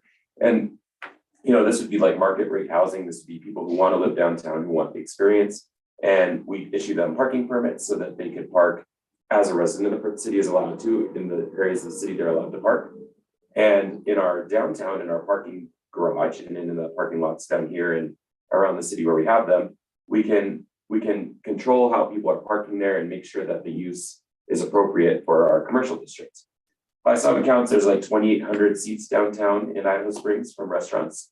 And I think we're running at 70% or less capacity. So the impact of being able to make sure that we have more people coming in is going to impact our sales tax dollars. It's going to mean that we have, more people visiting the city and that kind of thing. It's also going to mean that residents have more places to park and more availability to park downtown when they're trying to get into important community resources. On the kind of the technical side of the ordinance, basically what we've done is created a change of use, and then we have prorated it based on what you're doing. So we tried to incentivize residential parking in those second story units. And then for commercial parking, we built an equation that's based on 2/3 of the value of a parking space, what it costs us to construct it, which we're pretty well educated in at the moment, just with the work we're doing on mobility hub. I know that this would be our first reading for the ordinance tonight, and I know there's been a couple questions about how this might work, especially for residential parking. So we do have some time in the meantime before the second reading if we want to tweak some things. But this is what Planning Commission is recommending to City Council this evening. Well, thank you, Jonathan. Any further questions for Jonathan on this? No, planning commission's been talking about this for a long time, All right. to get those apartments going downtown for sure. We're moving Well, forward I on think this. it's huge, and I think the apartment comes downtown will also indirectly produce a sales tax increase because people will be eating downtown because that's where they live, right? Right? So I Hopping think there's downtown. twofold, talking to downtown residents, the current ones. There's a lot of issues that just in general with parking, but I think this would fix some of that. Yeah. I also kind of feel safer with the businesses having full-time residents downtown, Well, it depends on if Like, they, people are some of there. them need to be rebuilt again, so it could be a different number, but it's somewhere Yeah. between 15 Yeah, and for a 19. district, when they're inhabited at it's night, better. you have a better chance than the ones that aren't alarmed. For somebody to call and smoke or Sure. some other issue with the wiring. It was the first thing I thought You got a about. couple saves in the last Yeah. 10 years. I know. So there's a couple benefits. Jeremy, Or that's- someone just hears the smoke alarm going off. Sure, It's you see that when you call 911 and you get law enforcement there for something that's going on in downtown or a electrical fire, whatever that could be, Mhm, I think it makes downtown safer. And absolutely. it does solve some of our housing problems. that we're all 19 facing. apartments is a lot of apartments, man, like it's a building. So I'm good Yeah, with there's it. some really neat apartments Yeah. downtown that would benefit. I'd like to take a tour before they all open up. Jonathan? Discuss the. Let's go see what we got down use there. for like the potential for a monthly fee instead of a. Yeah, my idea was, instead of somebody, being locked in to say 10 grand, I think that it's a big step if we adopt this. Folks will know that parking can be available for my 2 rental units I'm going to invest in upstairs. But I was thinking that, it gives the city a lot more control if we did a modest and appropriate, but monthly fee. Maybe you're not coming up with 10 grand, but I'm just gonna throw a hypothetical, $69 a month. You're assured a parking space, I like it. okay? In the ordinance, we did I want to say prorate, but we didn't prorate it. We annualized it into payments or whatever you'd say. Right, So you could pay potentially on an annual basis or monthly basis how we structured it. right. But, and we had talked specifically, Carmen, the mayor had mentioned also residential units specifically for this purpose. So I don't know what your thoughts are about how the ordinance is written in that way, or What? I'm sorry, what's it? We do have, as John noted, an option for a payment plan, right? For any of these, and one other point to make real briefly here on this draft ordinance, it is voluntary. It's by request of an owner or a potential developer. If they think they can figure out how to provide the spaces at a cheaper dollar amount, they're welcome to do so. So it's not a mandatory thing. But indeed, we do have the option for a payment plan. It sounds like to me, the other sort of option the mayor is talking about is not really a payment for parking in lieu when a change of use is developed, but rather would council, be willing to explore some sort of ability to have parking spaces available to be dedicated in the mobility hub or city parking lots for a certain amount, per month, a reserved space. That seems to me to be related, but somewhat of a little different issue, but one we could explore, absolutely. Well, and I think the city would have a lot of control. We may have inflation, in the near term and long term. So we may want to adjust the rates also, depending on the availability of parking, might be another factor. So anyways, but the benefit of a first reading and a second reading is we can always massage this a little bit, as we get closer to a second reading. Jonathan? I had one more thing I wanted to note. As one of the things the planning commission considered very carefully on this is where the money goes and how we use it. Exactly. And I just wanted to note that the original idea was that maybe we'd have an account for everybody who did this, and we use those funds for downtown O&M of the parking structure or whatever. And then at the end of a given period of time, that money would be returned to the property owner if it wasn't all used. Well, over conversation, we kind of decided that may not be the best strategy, because in Idaho Springs, our projects are all likely to be relatively large for addressing parking. Yeah, and we're gonna have O&M, and the accounting required to keep track of every single, do we buy 4 light bulbs from this account, and what do we do from this account, and what if the project's more than they have in there, all these questions. Ultimately, we decided that what we would do is we created a way to be refunded under certain circumstances, and that could be prorated depending on, like, for instance, say your project didn't go off. And the funding for this, instead of putting it into individual accounts, we decided to put it into the parking enterprise fund, because that money is really for the operations and maintenance of the parking structure and associated transportation infrastructure. And of course, downtown improvements is in there as well, but that all kind of collectively speaks to this impact of parking on the city and residents. And so I think it's an appropriate way to handle it, but I just want to speak to that just briefly. Sure. Yeah. Anything further on the parking in lieu? What, is this for new developments? What about existing residential units downtown? Residential units are grandfathered in already. So basically, this would be anytime a change of use is required, we would have this as an option for them. So it could be not just for new development, it could be just, like the instance I said, the bank wants to turn to retail and they don't have the space to put all the parking requirements or required or whatever. But are we This saying is that an the property option. owner is gonna be the one that's gonna be responsible for paying for the parking spot? So the way it would work, this would be a voluntary program. So if they want to do a change of use, this would give us an option if they don't have the space. So they would apply to planning commission to have this heard for like a case essentially. And there's criteria in the ordinance that would say, these are the reasons why we would let you do this or whatever. And it would be the property owner that pays it. Now, I'm assuming that in most cases, the leasing would take on the cost of the change of use, but that would be something up to the property owner. And the reason is so that it would run with the property. I mean, it'd be their option, right? Yeah. But it's an ongoing fee down the road. It's not a one-time fee. It's an ongoing year. The way it's set up, it is a one-time fee. And I think that's kind of what the mayor was talking about too, is that, it may be something worth consideration of if we want this to be limited in some way, and then you'd have to think about it again. Of course, if I had a retail and then I want to switch to a restaurant that would require more, then I need to apply again or whatever, so. Yeah. All right, anything more for the fee in lieu? Then we will move on to the water fill station sewage dump project. Mayor, I'll kick this off. This is a follow-up to conversations we've had with council about the desirability of constructing a new water fill station down at our wastewater treatment plant. And then as the conversation continued, we also thought it would be appropriate to reestablish a sewage dump station as well. So we worked quickly with staff on this because time is of essence, because East Idaho Springs Road, Clear Creek Road 314 is being reconstructed right now. The Greenway is being constructed through there. That's a CDOT project. The contractor is on site. They're already starting to put in the curb and the Greenway through that area. So if we wanted to do this and have a pull off that would enable us to have the dump stations at an appropriate site, and space is very limited down at the wastewater treatment plant, we need to coordinate with CDOT quickly as far as what we have in mind as far as any design changes to the Greenway, the curb. I think there's a railing that goes through there.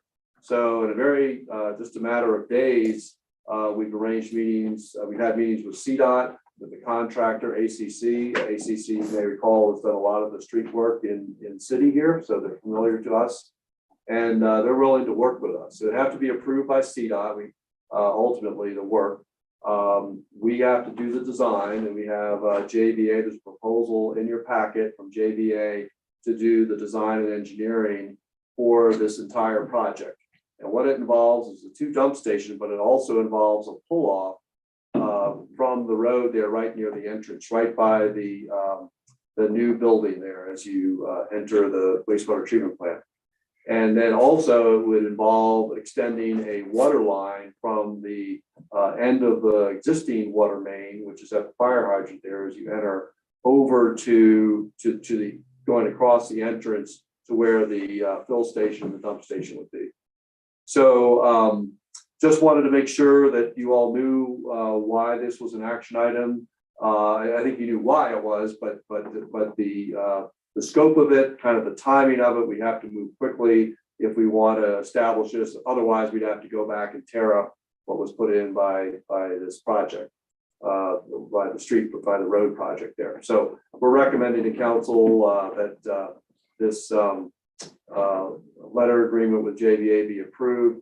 I might point out that the letter agreement not only includes design and engineering, but includes construction administration, which means the oversight for actually getting this project done. We're hoping that we might be able to even get ACC to bid on this and have some cost savings there as well. We have John Curtis here, who's been part of these meetings. I don't know if he has anything he wants to add, and I believe we might have Michael Catalinich from JVA on the line as well. He's here. The thought was that we would get them to pay for part of the project, right? The thought of them being able to. The contractor for the Floyd Hill project, Yeah. That's in discussion.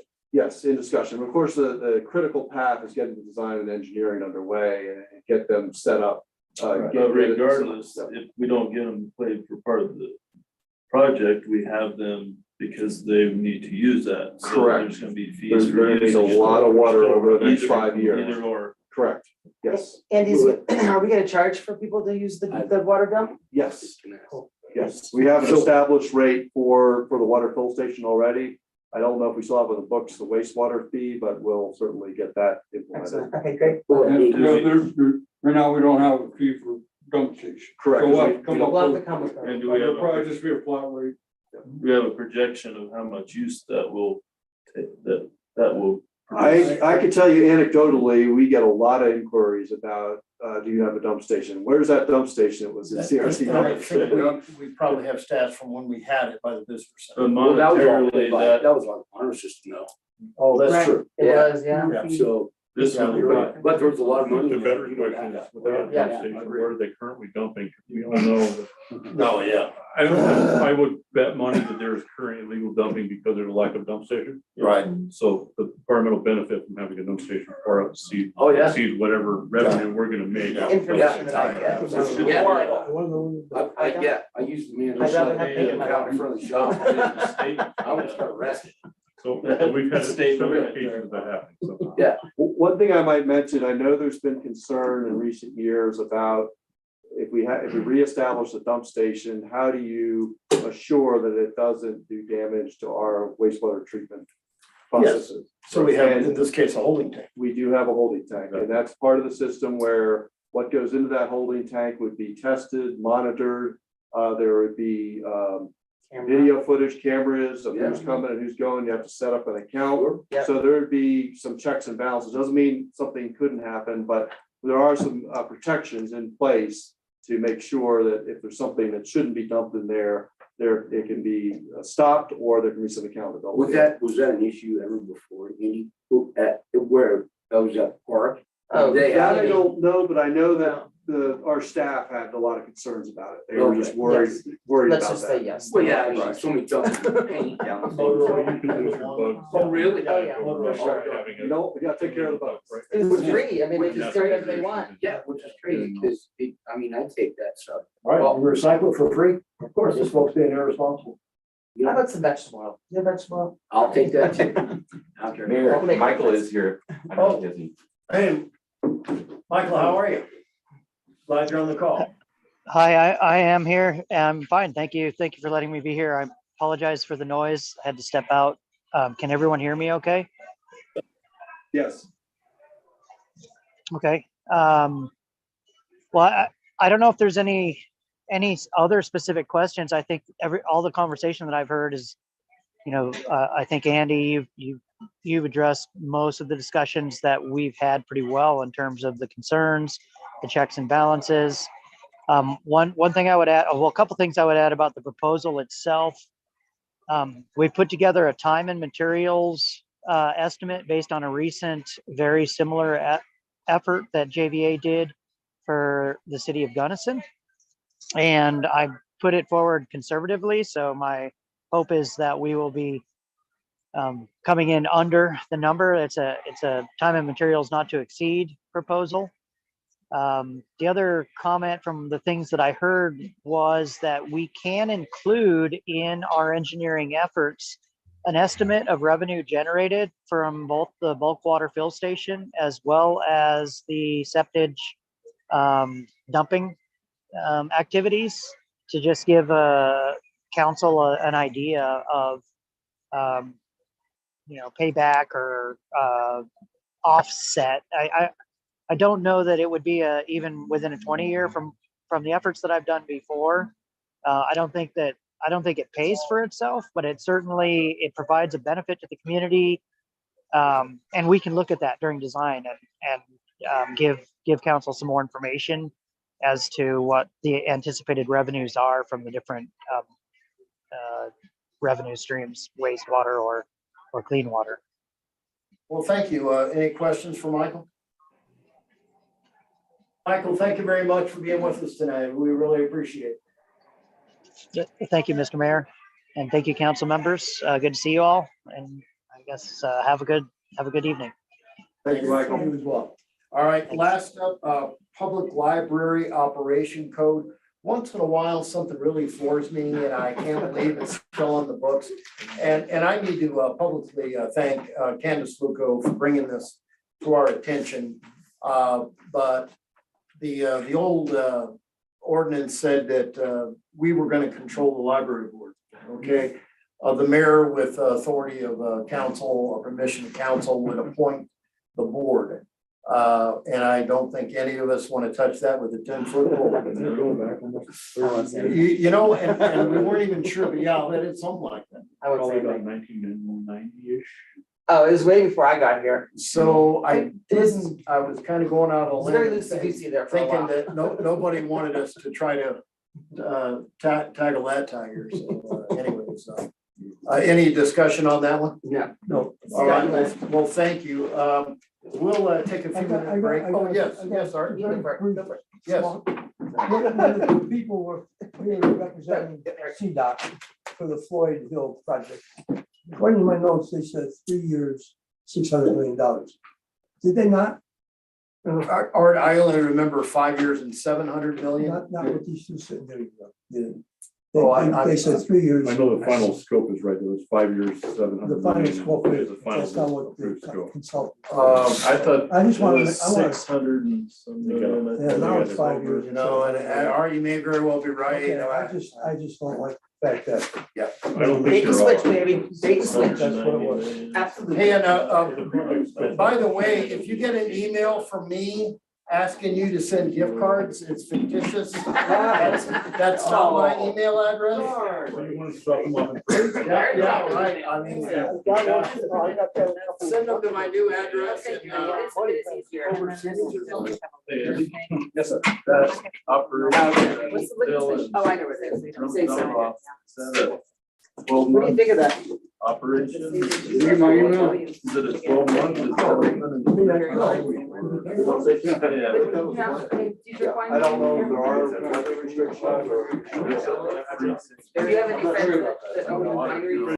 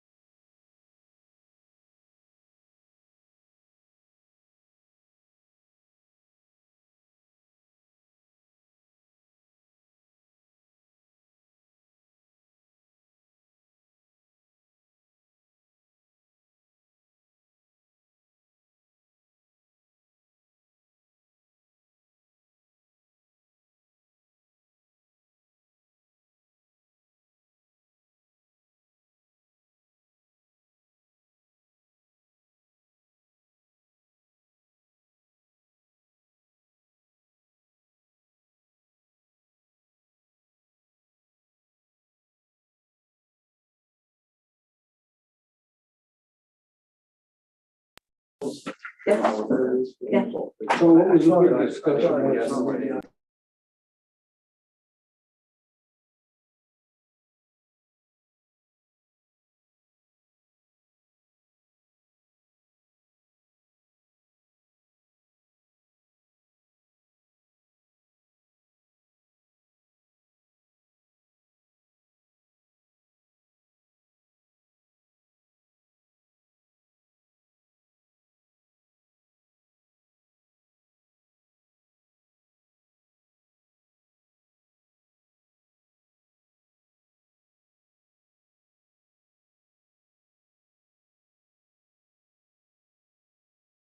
Okay, yeah, Right. we'll call you tomorrow. We're live. Whatever you do, remind me from your mayors, you don't want to forget. Oh, yeah, I can pull that up. You made me remember. I'll remember, I want to hear it. Hello, I'd like to welcome everybody to the March 13th, 2023 regular council meeting here in Idaho Springs. Got a call to order at 7:06. And we'll start with roll call, please. Mayor Chuck Harmon. Here. Scott Pennell. Here. Art Cacavelli. Here. Jim Clark. Here. Jeremy Jones. Here. John Curtis. Here. Kate Collier. Here. All right, thank you all. Please rise and for the pledge of allegiance. I pledge allegiance to the flag of the United States of America and to the republic for which it stands, one nation, under God, indivisible, with liberty and justice for all. Thank you. Please be seated.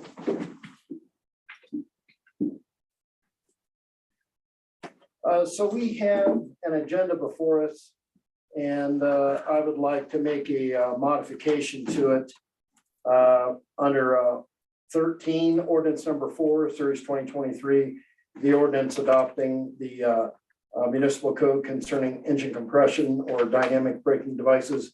I would like to strike, and I would like to make a motion that we approve the agenda as amended. Do I have a second? I'll second it. Thank you, Jeremy. A first and a second. Any discussion?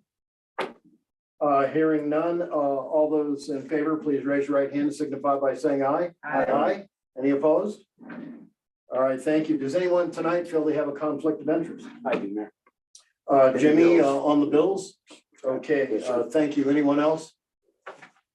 All right. With that, we will move to approval of the minutes. Do I have a motion? Make a motion to approve the minutes. Thank you, Jeremy, and a second. I'll second that. Thank you, Kate. Any discussion of the minutes? All right, all those that are in favor, please raise your right hand and signify by saying aye. Aye. Any opposed?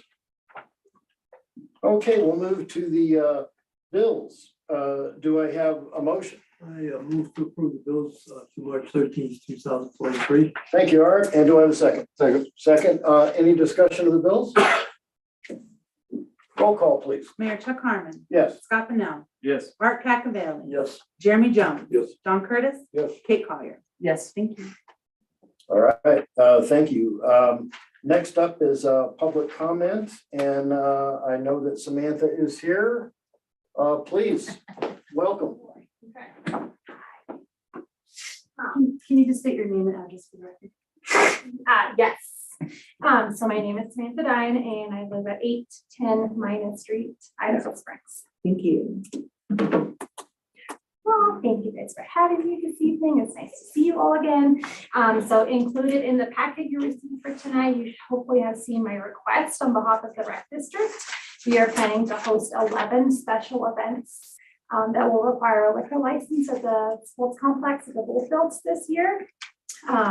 And the reason why we have so many is because 8 of them are going to be a free music night on Friday nights. This went pretty well last year, but we thought it'd be beneficial to have a liquor license for the event this year. So that being said, I would like to request the city council consider discounting the $100 fee per event by 50%. And therefore, instead of charging us $1,100 for the special events this year, that you would consider charging us $550, so 50 each. Can I answer any questions? And I'm sorry, I have been at work since 6 this morning, so my brain is a little fried. Any questions for Samantha? No, I think it sounds great. And Samantha, you know, normally during public comment, we don't have a back and forth. It's our opportunity to listen. But we want to thank you for coming and presenting. It always takes something to come up in front of folks, and obviously it's a very noble cause. Thank you. Thank you. All right, any unscheduled public comment? No, Mayor, nobody signed up. Okay, well, then next up, we have the Liquor Licensing Authority. Public hearing for modification of premises for Safeway store number 390 located at 2425 Minor Street. And this is a public hearing before the Idaho Springs Liquor Licensing Authority on an application for modification of premises for existing license at Safeway store number 390 located at 2425 Minor Street. The city council serves as the local liquor licensing authority. This is a public hearing. Witnesses will be sworn in before offering testimony. While strict rules of evidence do not apply to this hearing, I do have the authority as the chair of the hearing to limit testimony or evidence that is relevant, repetitive, or cumulative. The order of this public hearing will be as follows. The deputy city clerk will present her reports and findings. The chief of police and any other city staff may present their recommendations. The applicants may present evidence and testimony. Any party in interest may present evidence and testimony. And under state and local law, a party in interest includes an adult resident of the city, an owner of a business, manager of a business located in the city, a representative of a school located within 500 feet of the licensed location, and a representative of an organized neighborhood group within the city. The applicant may then present any rebuttal evidence in response to any other testimony given. And throughout this process, the authority may ask questions. After all evidence and testimony has been received, I will close the public hearing. And the authority will begin its deliberations and will make a decision by a motion and roll call. I now open the hearing. It is 7:13 p.m. And I open public hearing and an application for a modification of premises for the address of 2425 Minor Street. I invite the deputy city clerk to give her presentation to the authority. Mayor and council, you have my staff report in front of you. This business is in zone C2, which permits the sale of alcoholic beverages, and this license is currently in good standing. All right, very good. Chief, do you have anything to add to the hearing? I have nothing to add. We have a good working relationship with Safeway. Oh, good. Good. That's good to know. Okay. Any other city staff recommendations?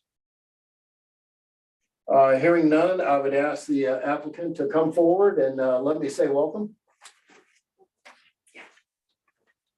Please state your name and address for the record. Absolutely. Good evening, Mr. Mayor, Council. My name is Brandon Sandberg. My attorney registration number is 42507 with the law firm of Dill, Carr, Stonebreaker, and Hutchings.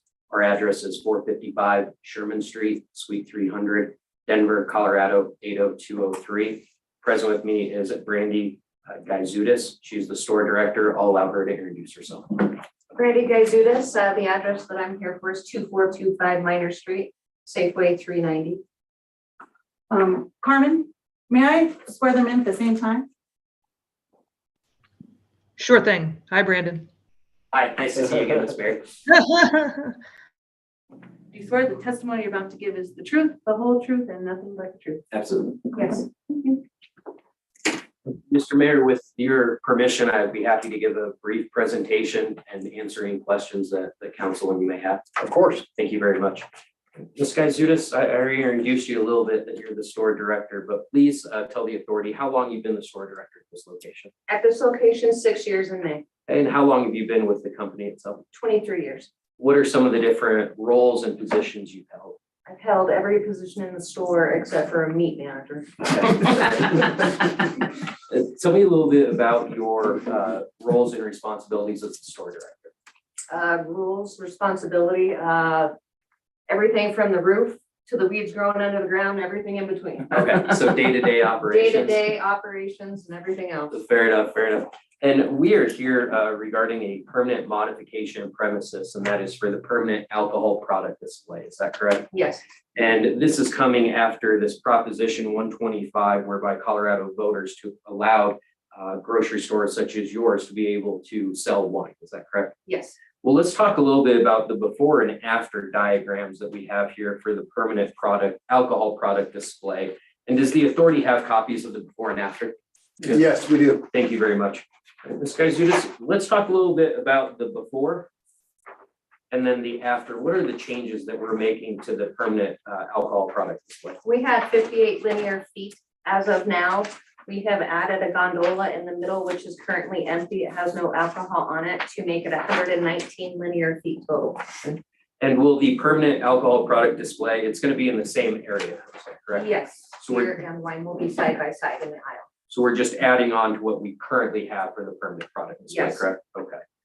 And Ms. Gaizutis, let's talk a little bit about the reasons why we're doing this. In addition to this Proposition 125, what's the customer demand been like for wine? Lately, it's been out of towners coming in asking for wine. You have locals that ask for wine. You forget that they don't have it in our store because they'll go visit somewhere in another state or somewhere else and they won't have it or they'll have it in the grocery store and ours does not. Has it been pretty constant, these requests from your customers? Oh, gosh, yes. And has it been constant for a while? Yes.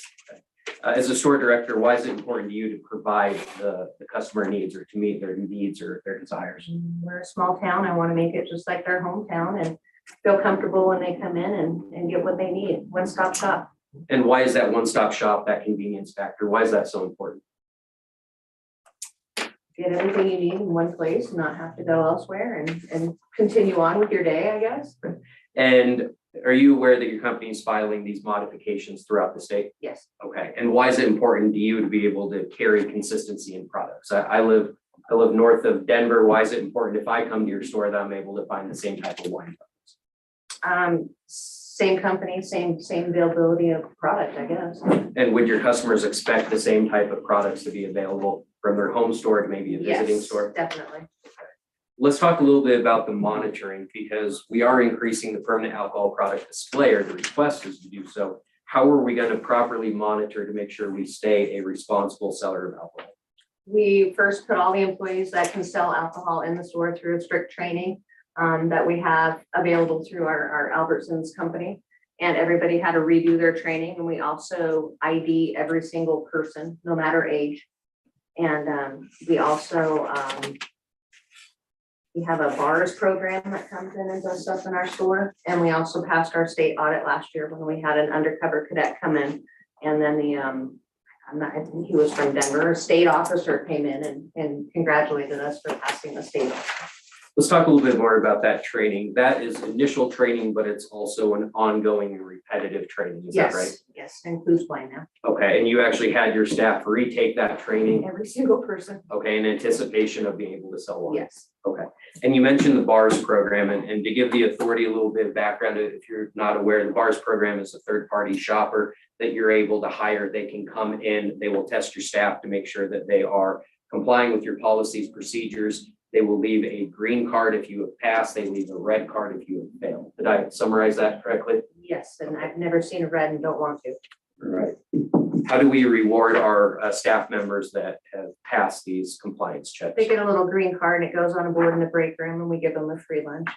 That's it, okay. Being honest. And you talked about we card everybody. How are you able to verify carding is done? Talk about your POS system. Oh, the computer locks up every time you have an alcohol sale. And you have to ask for the ID and you can swipe it or you can enter the number yourself and that's part of the training. It won't let you go past it. You can't hit exit. You have to enter a birthday. And let's talk a little bit more about the monitoring for the aisles themselves. What are we doing to increase your presence, other managers' presence in that area? We installed a fisheye camera above the wine and beer section from our security department. And then the management team in the store, we have a store walk every hour and they have to mark down that they actually monitored the beer and the wine section as they do their store walk. And I actually have no further questions for you, ma'am. Does the authority have any questions? Oh, I'm sorry, one more. The posting. You're required to post the store prior to March 3rd, 2023. Did you do so? Yeah, I posted it early. Okay. And is the posting still up? Yes, it is. Okay. If the clerk can verify we did all that correctly. Verified. Verified. Perfect. Thank you so much. Let me make sure I didn't skip anything else. Oh, last thing, this kind of goes to the monitoring. What are we doing as far as storage or any excess alcohol products? It all has to be in the back room, and we have it in the center of the back room because we don't have a locked unit in the back for the wine, nor did we for the beer. And so it's in the back room in the center of the back room, so it's furthest from the. And that is only employee access, correct? Yes, And you have employees back there that are monitoring to make sure random customers don't come in? yes, we always have somebody back there. Perfect. Now I have no further questions for Ms. Kaizudis, but we'd be happy to answer any questions that you may have. Any questions? So I have one question. I'm a little familiar with this. I operate a liquor store, but what the storage has to be listed for alcohol too, doesn't it? Wonder? Am I allowed to answer? Yeah, I don't care. Sure. The entire premises has actually been licensed, so the entire store is licensed for alcohol. This is just notifying the authority of where the permanent placement would be. Okay. So I don't believe that there'd be a requirement of where storage is, but if that's something that the authority prefers, I'm sure we can We can amend that. modify that and and- show you on here. No, I mean, is that true? Wonder the whole store is allowed to have alcohol on the whole premise?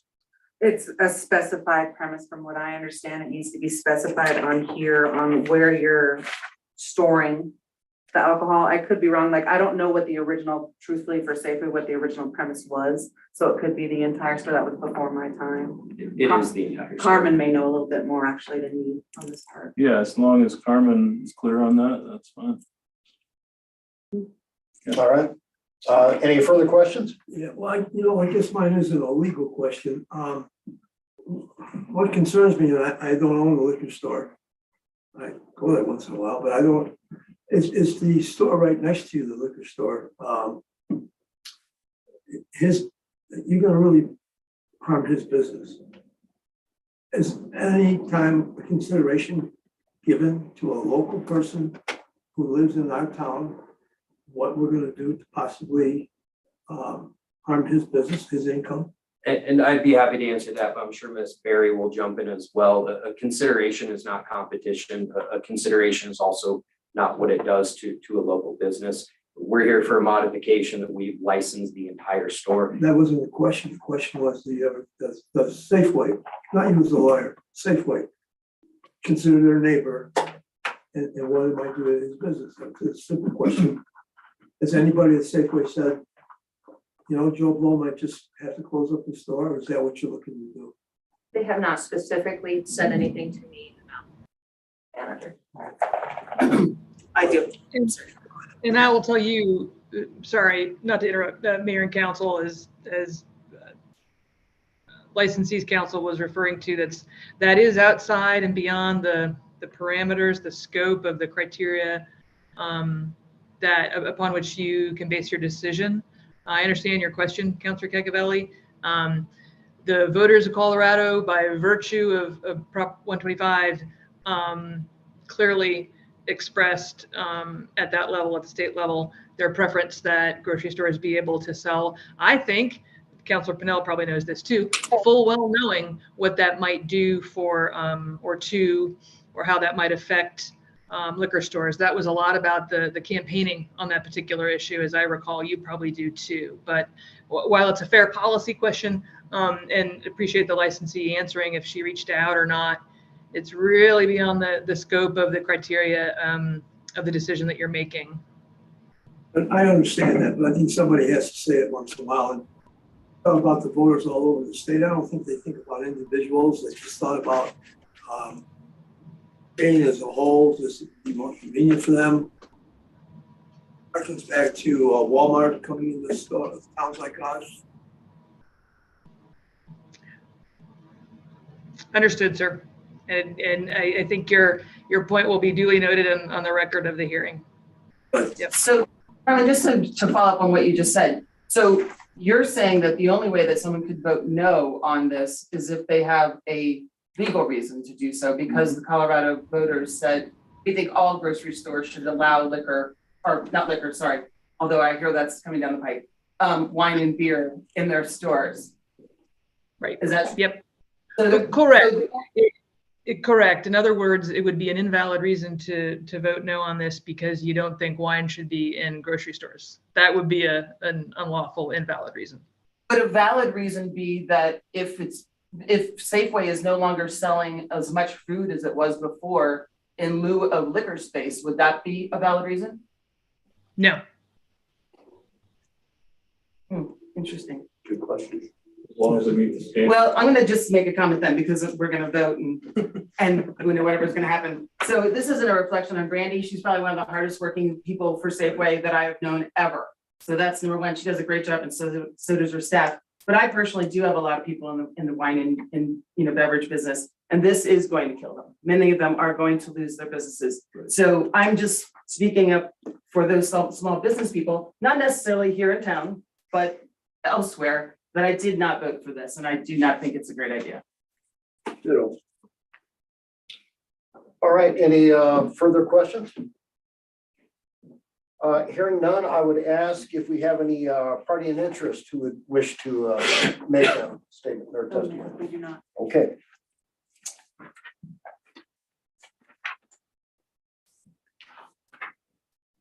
All right, then I will now close the hearing at 7:26 p.m. Counselors may of course begin your deliberations.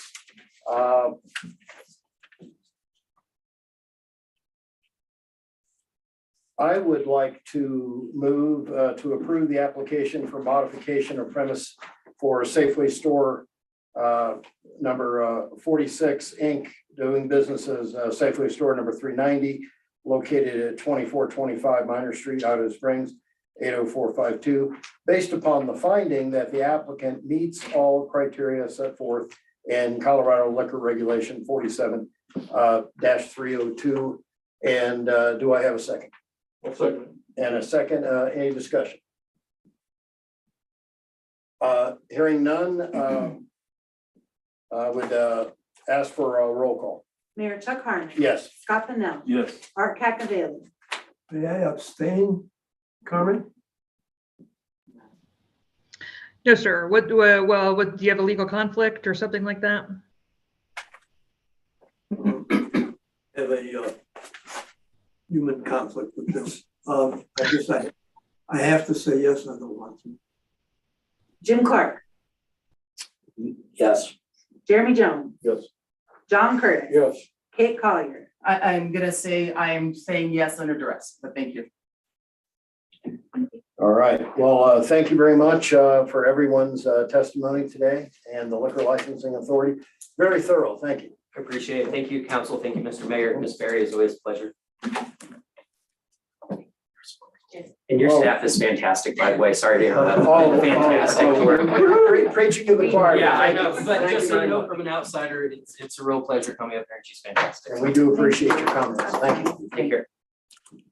All right, Finance Officer, I'm not sure if she's with us tonight. Okay, we will move on to resolutions, starting with resolution number 4. Do I have a motion? I'm sorry.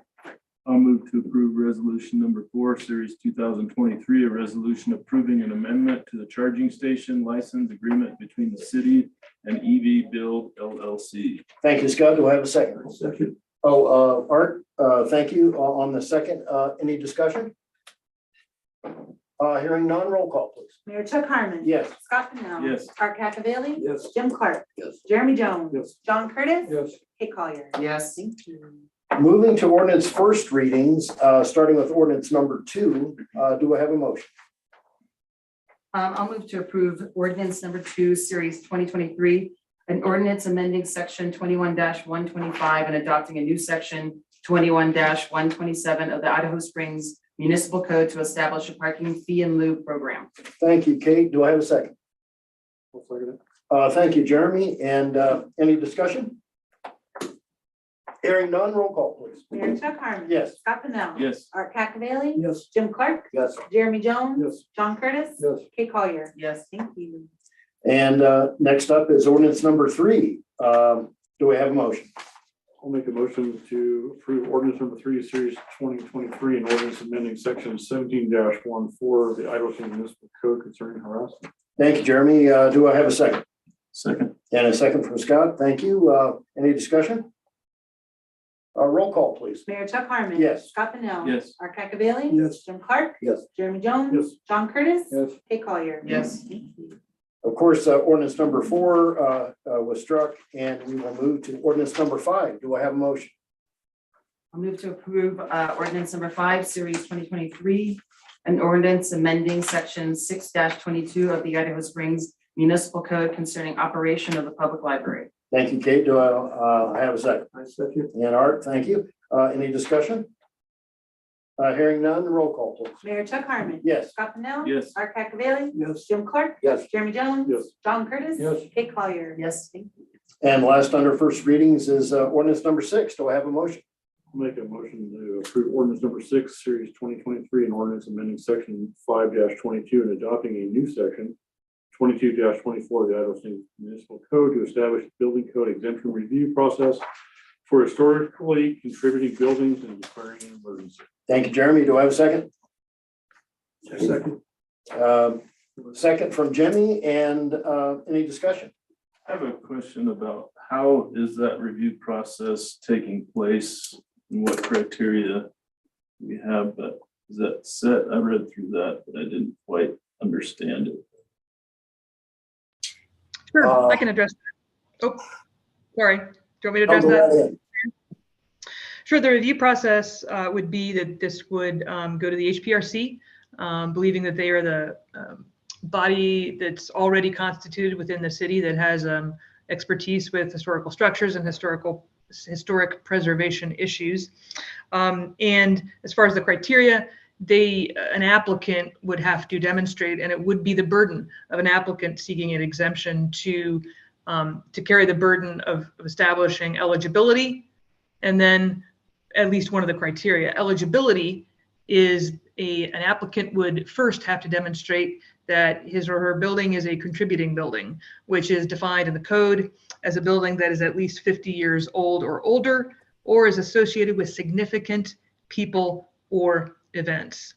So once establishing the age or significance of a structure, that's the eligibility part, then an applicant would have to demonstrate that compliance with the building code exemption that they're particularly seeking an exemption for, that compliance with that particular code provision would irreparably harm the historic features and characteristics of the building, or irreparably harm the structural integrity of the structure, so it would go away if it had to comply, or finally, render the permitted work prohibitively expensive.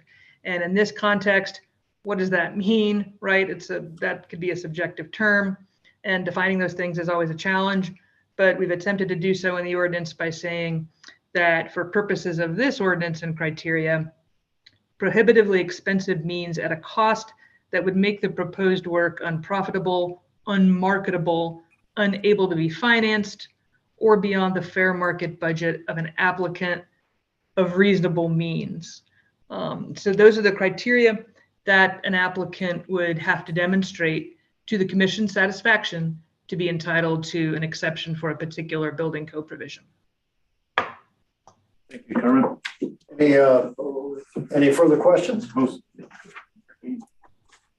All right, hearing none, roll call, please. Mayor Chuck Harmon. Yes. Scott Pennell. Yes. Art Cacavelli. Yes. Jim Clark. Yes. Jeremy Jones. Yes. John Curtis. Yes. Kate Collier. Yes. Okay, we have no second readings. City Attorney, anything further for us tonight?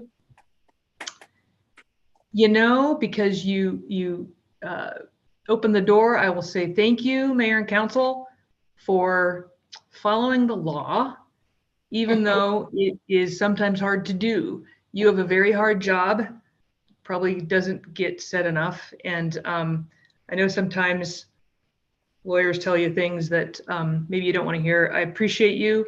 I appreciate you following the law to the extent that you can.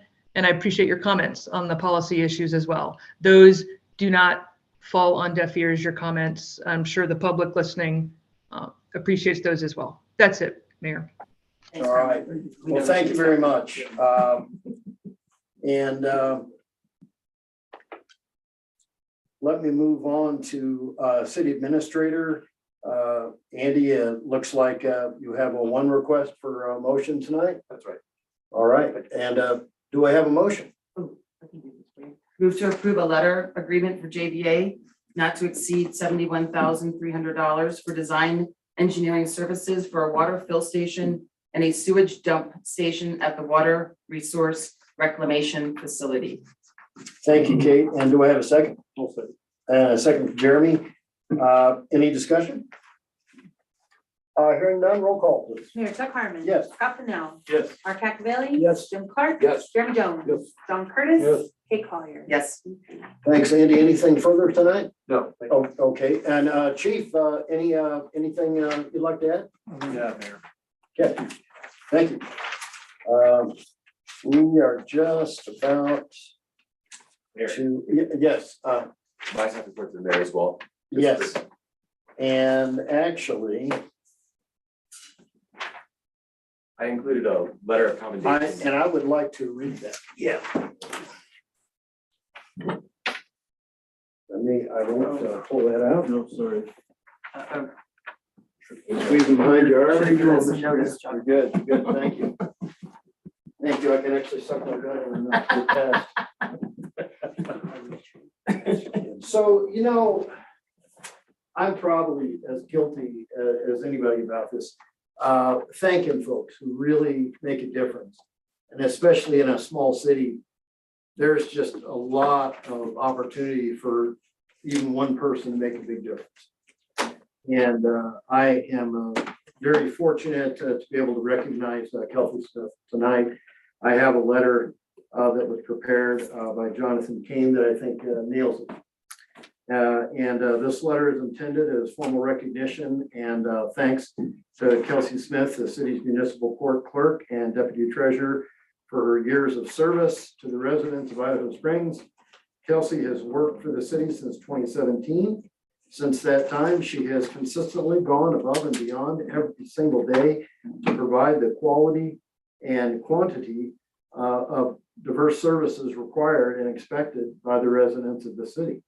In her time at City Hall, Kelsey has had a number of different roles within the city clerk's office, from utility billing to payroll, from accounting services to municipal court clerk. She continuously works to expand her expertise and skill set and shares her knowledge with other staff members so that we can collectively define the best practices for governance in Idaho Springs. Over the past few years, Kelsey has taken on a particularly large challenge, stepping into the role of deputy treasurer. She has spent countless hours working, growing into this role, and her dedication has made a difference. Kelsey's a valuable member of our team, and I would like to officially thank her for her tireless efforts to help ensure transparent and equitable governance in Idaho Springs. Thank you, Jonathan King. And I want to come up and read that because I think that is the feeling of everyone in this room. And a very, very big thing.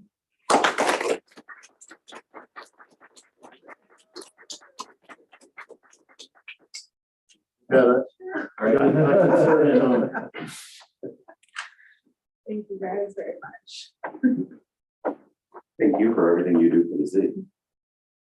I think. You do a lot for me. You guys have a good team. Yeah. Thank you, John. I might add one task that Kelsey has taken a larger and larger role in is our annual audit, financial audit. And we have, there's a lot of work that goes into preparing that audit in advance with Lorraine, our finance officer, and Kelsey is right in there preparing all the documentation, pulling all of the files that need to be reviewed by our auditor, and the on-site audit is coming up the last week of March. So I can just want you to know that Kelsey has really grown in so many ways, but as one example is with our audit. That's always a huge task each year, a very important task, one of the most important we have here. And she's taken a very important role in that and made the audit process a lot smoother than it was in earlier years. So I just want to cite one example of her contribution. So thank you, Kelsey. Thank you.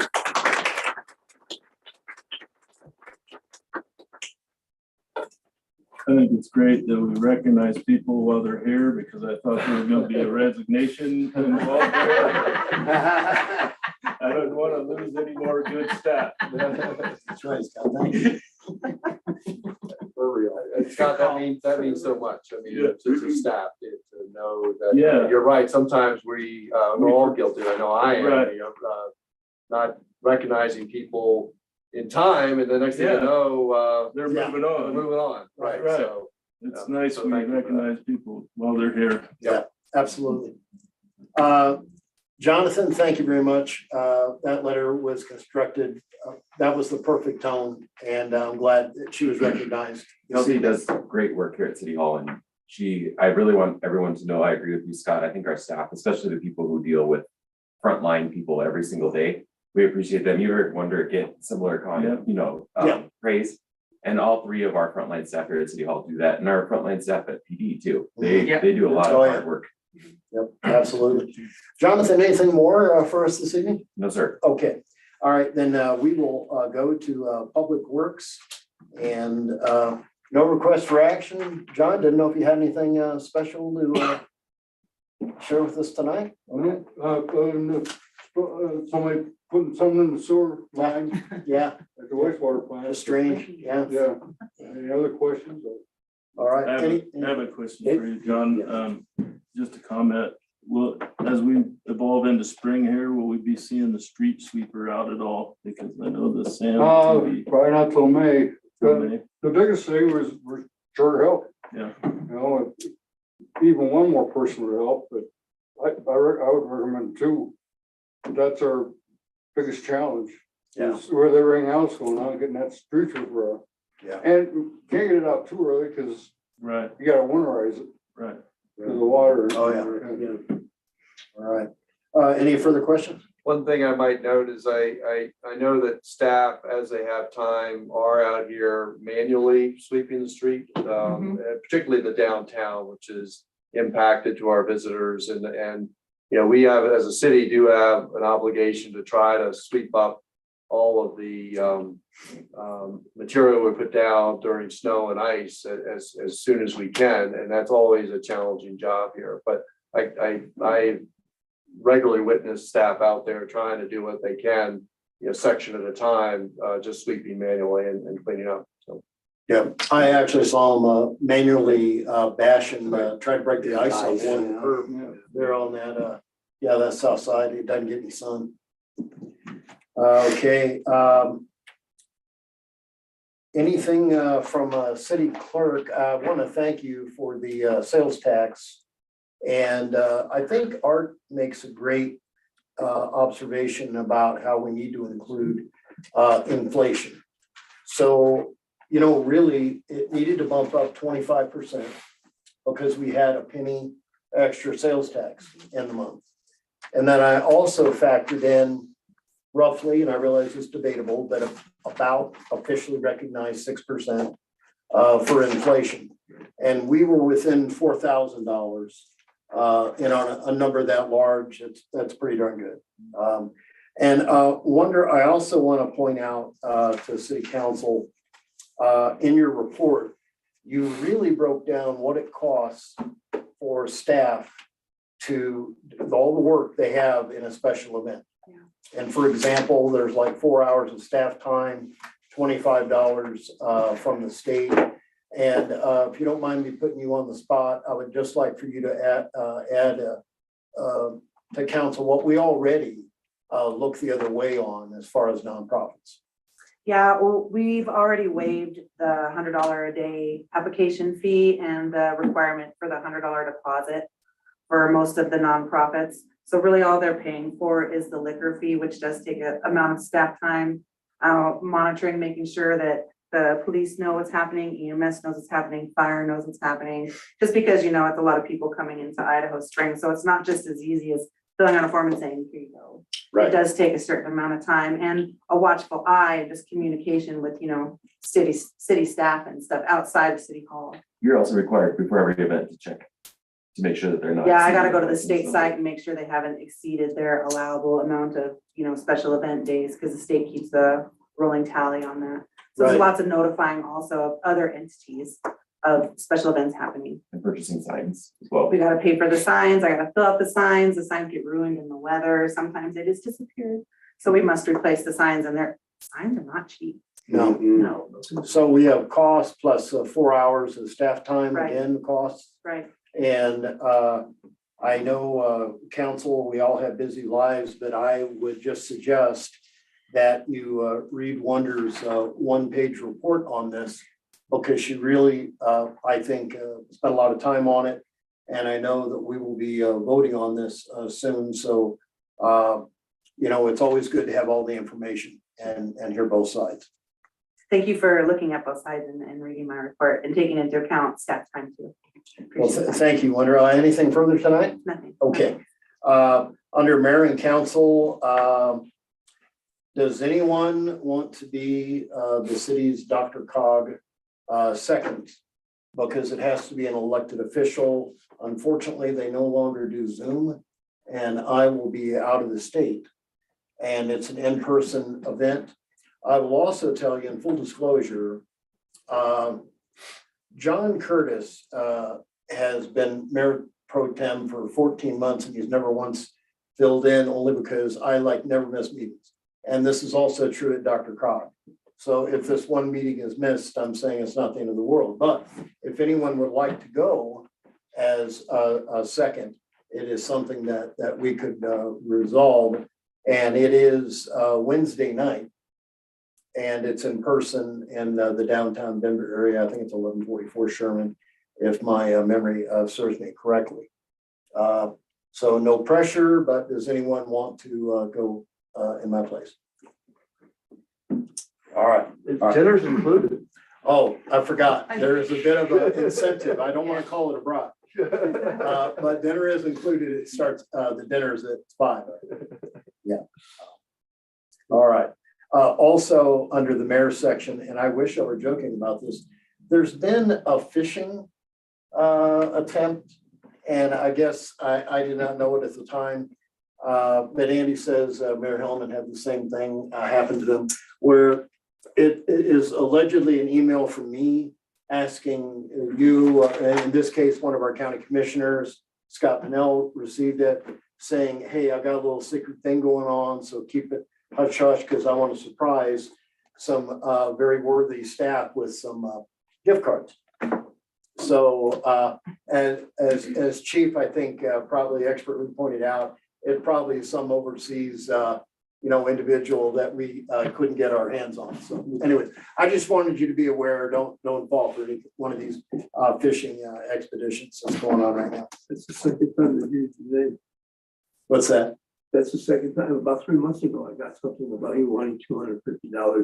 Oh, no, I was really trying to get to He was trying to sell me Medicare, Medicaid, yeah, that's what I got. I'm getting to jump on the competition. You're not over.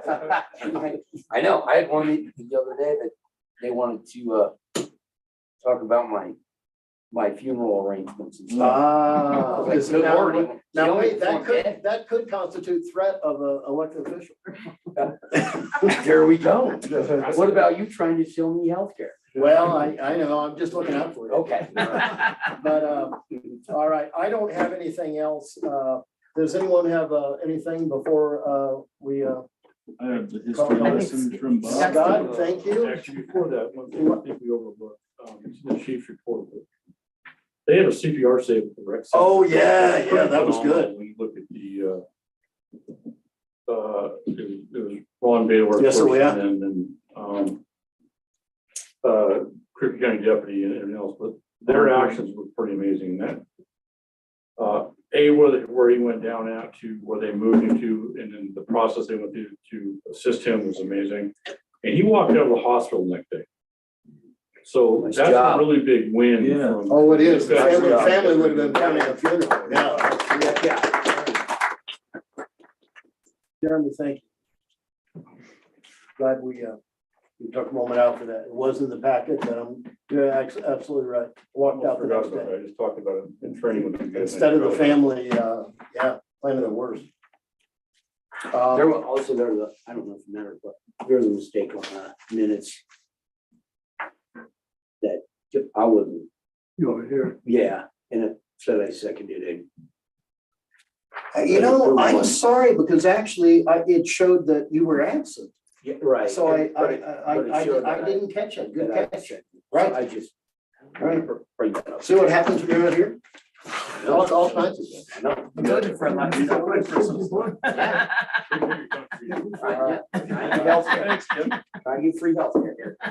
And last meeting, I was remiss, Scott had a history lesson ready to go, and I skipped. But tonight, I would ask Scott, please share. Yeah, so Bob Bolin was gracious enough to give us this. It's titled The Tabors, Baby Doe, and Idaho Springs.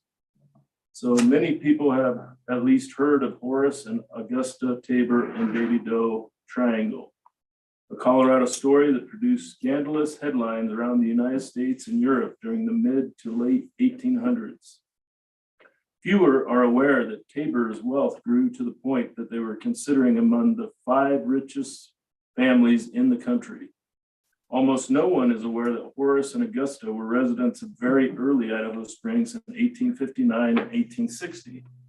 Unfortunately, that was long before the Tabors struck it rich in the silver mines near Leadville. Baby Doe and her first husband also lived here and in nearby Central City. While residents of Idaho Springs, Augusta kept the Tabors afloat by selling her baked goods and taking in laundry while Horace pursued mining ventures. After the Tabors moved to Leadville, the experience of sudden immense wealth and Horace's affair with Elizabeth Baby Doe McCourt seemed to have become legendary in its own time. Horace's story is a classic rags to riches and back to rags story. One of the most notable guests at the Horace Baby Doe Washington, D.C. wedding in March of 1883 was U.S. President Chester A. Arthur. Her silver wedding dress was estimated at nearly $200,000 at the time. Augusta never remarried and spent the remainder of her years at the Denver mansion, while Horace and Baby Doe spent their final years in poverty due to the 1893 silver panic when they lost everything. The 1953 opera Ballad of Baby Doe, as well as movies, revived this bit of Colorado history from time to time. Idaho Springs even had its own bit part in this saga. The Historical Society of Idaho Springs has in its collection a small number of artifacts associated with the Tabors and Baby Doe, including chairs from the Tabor Grand Opera House in Denver. Written by Bob Bolin, February 27th, 2023. Thank you, Scott. Cool. Well, before we adjourn, anyone have anything else they'd like to share? I want to thank everybody. We don't have a work session next week, so we will not convene until the 27th.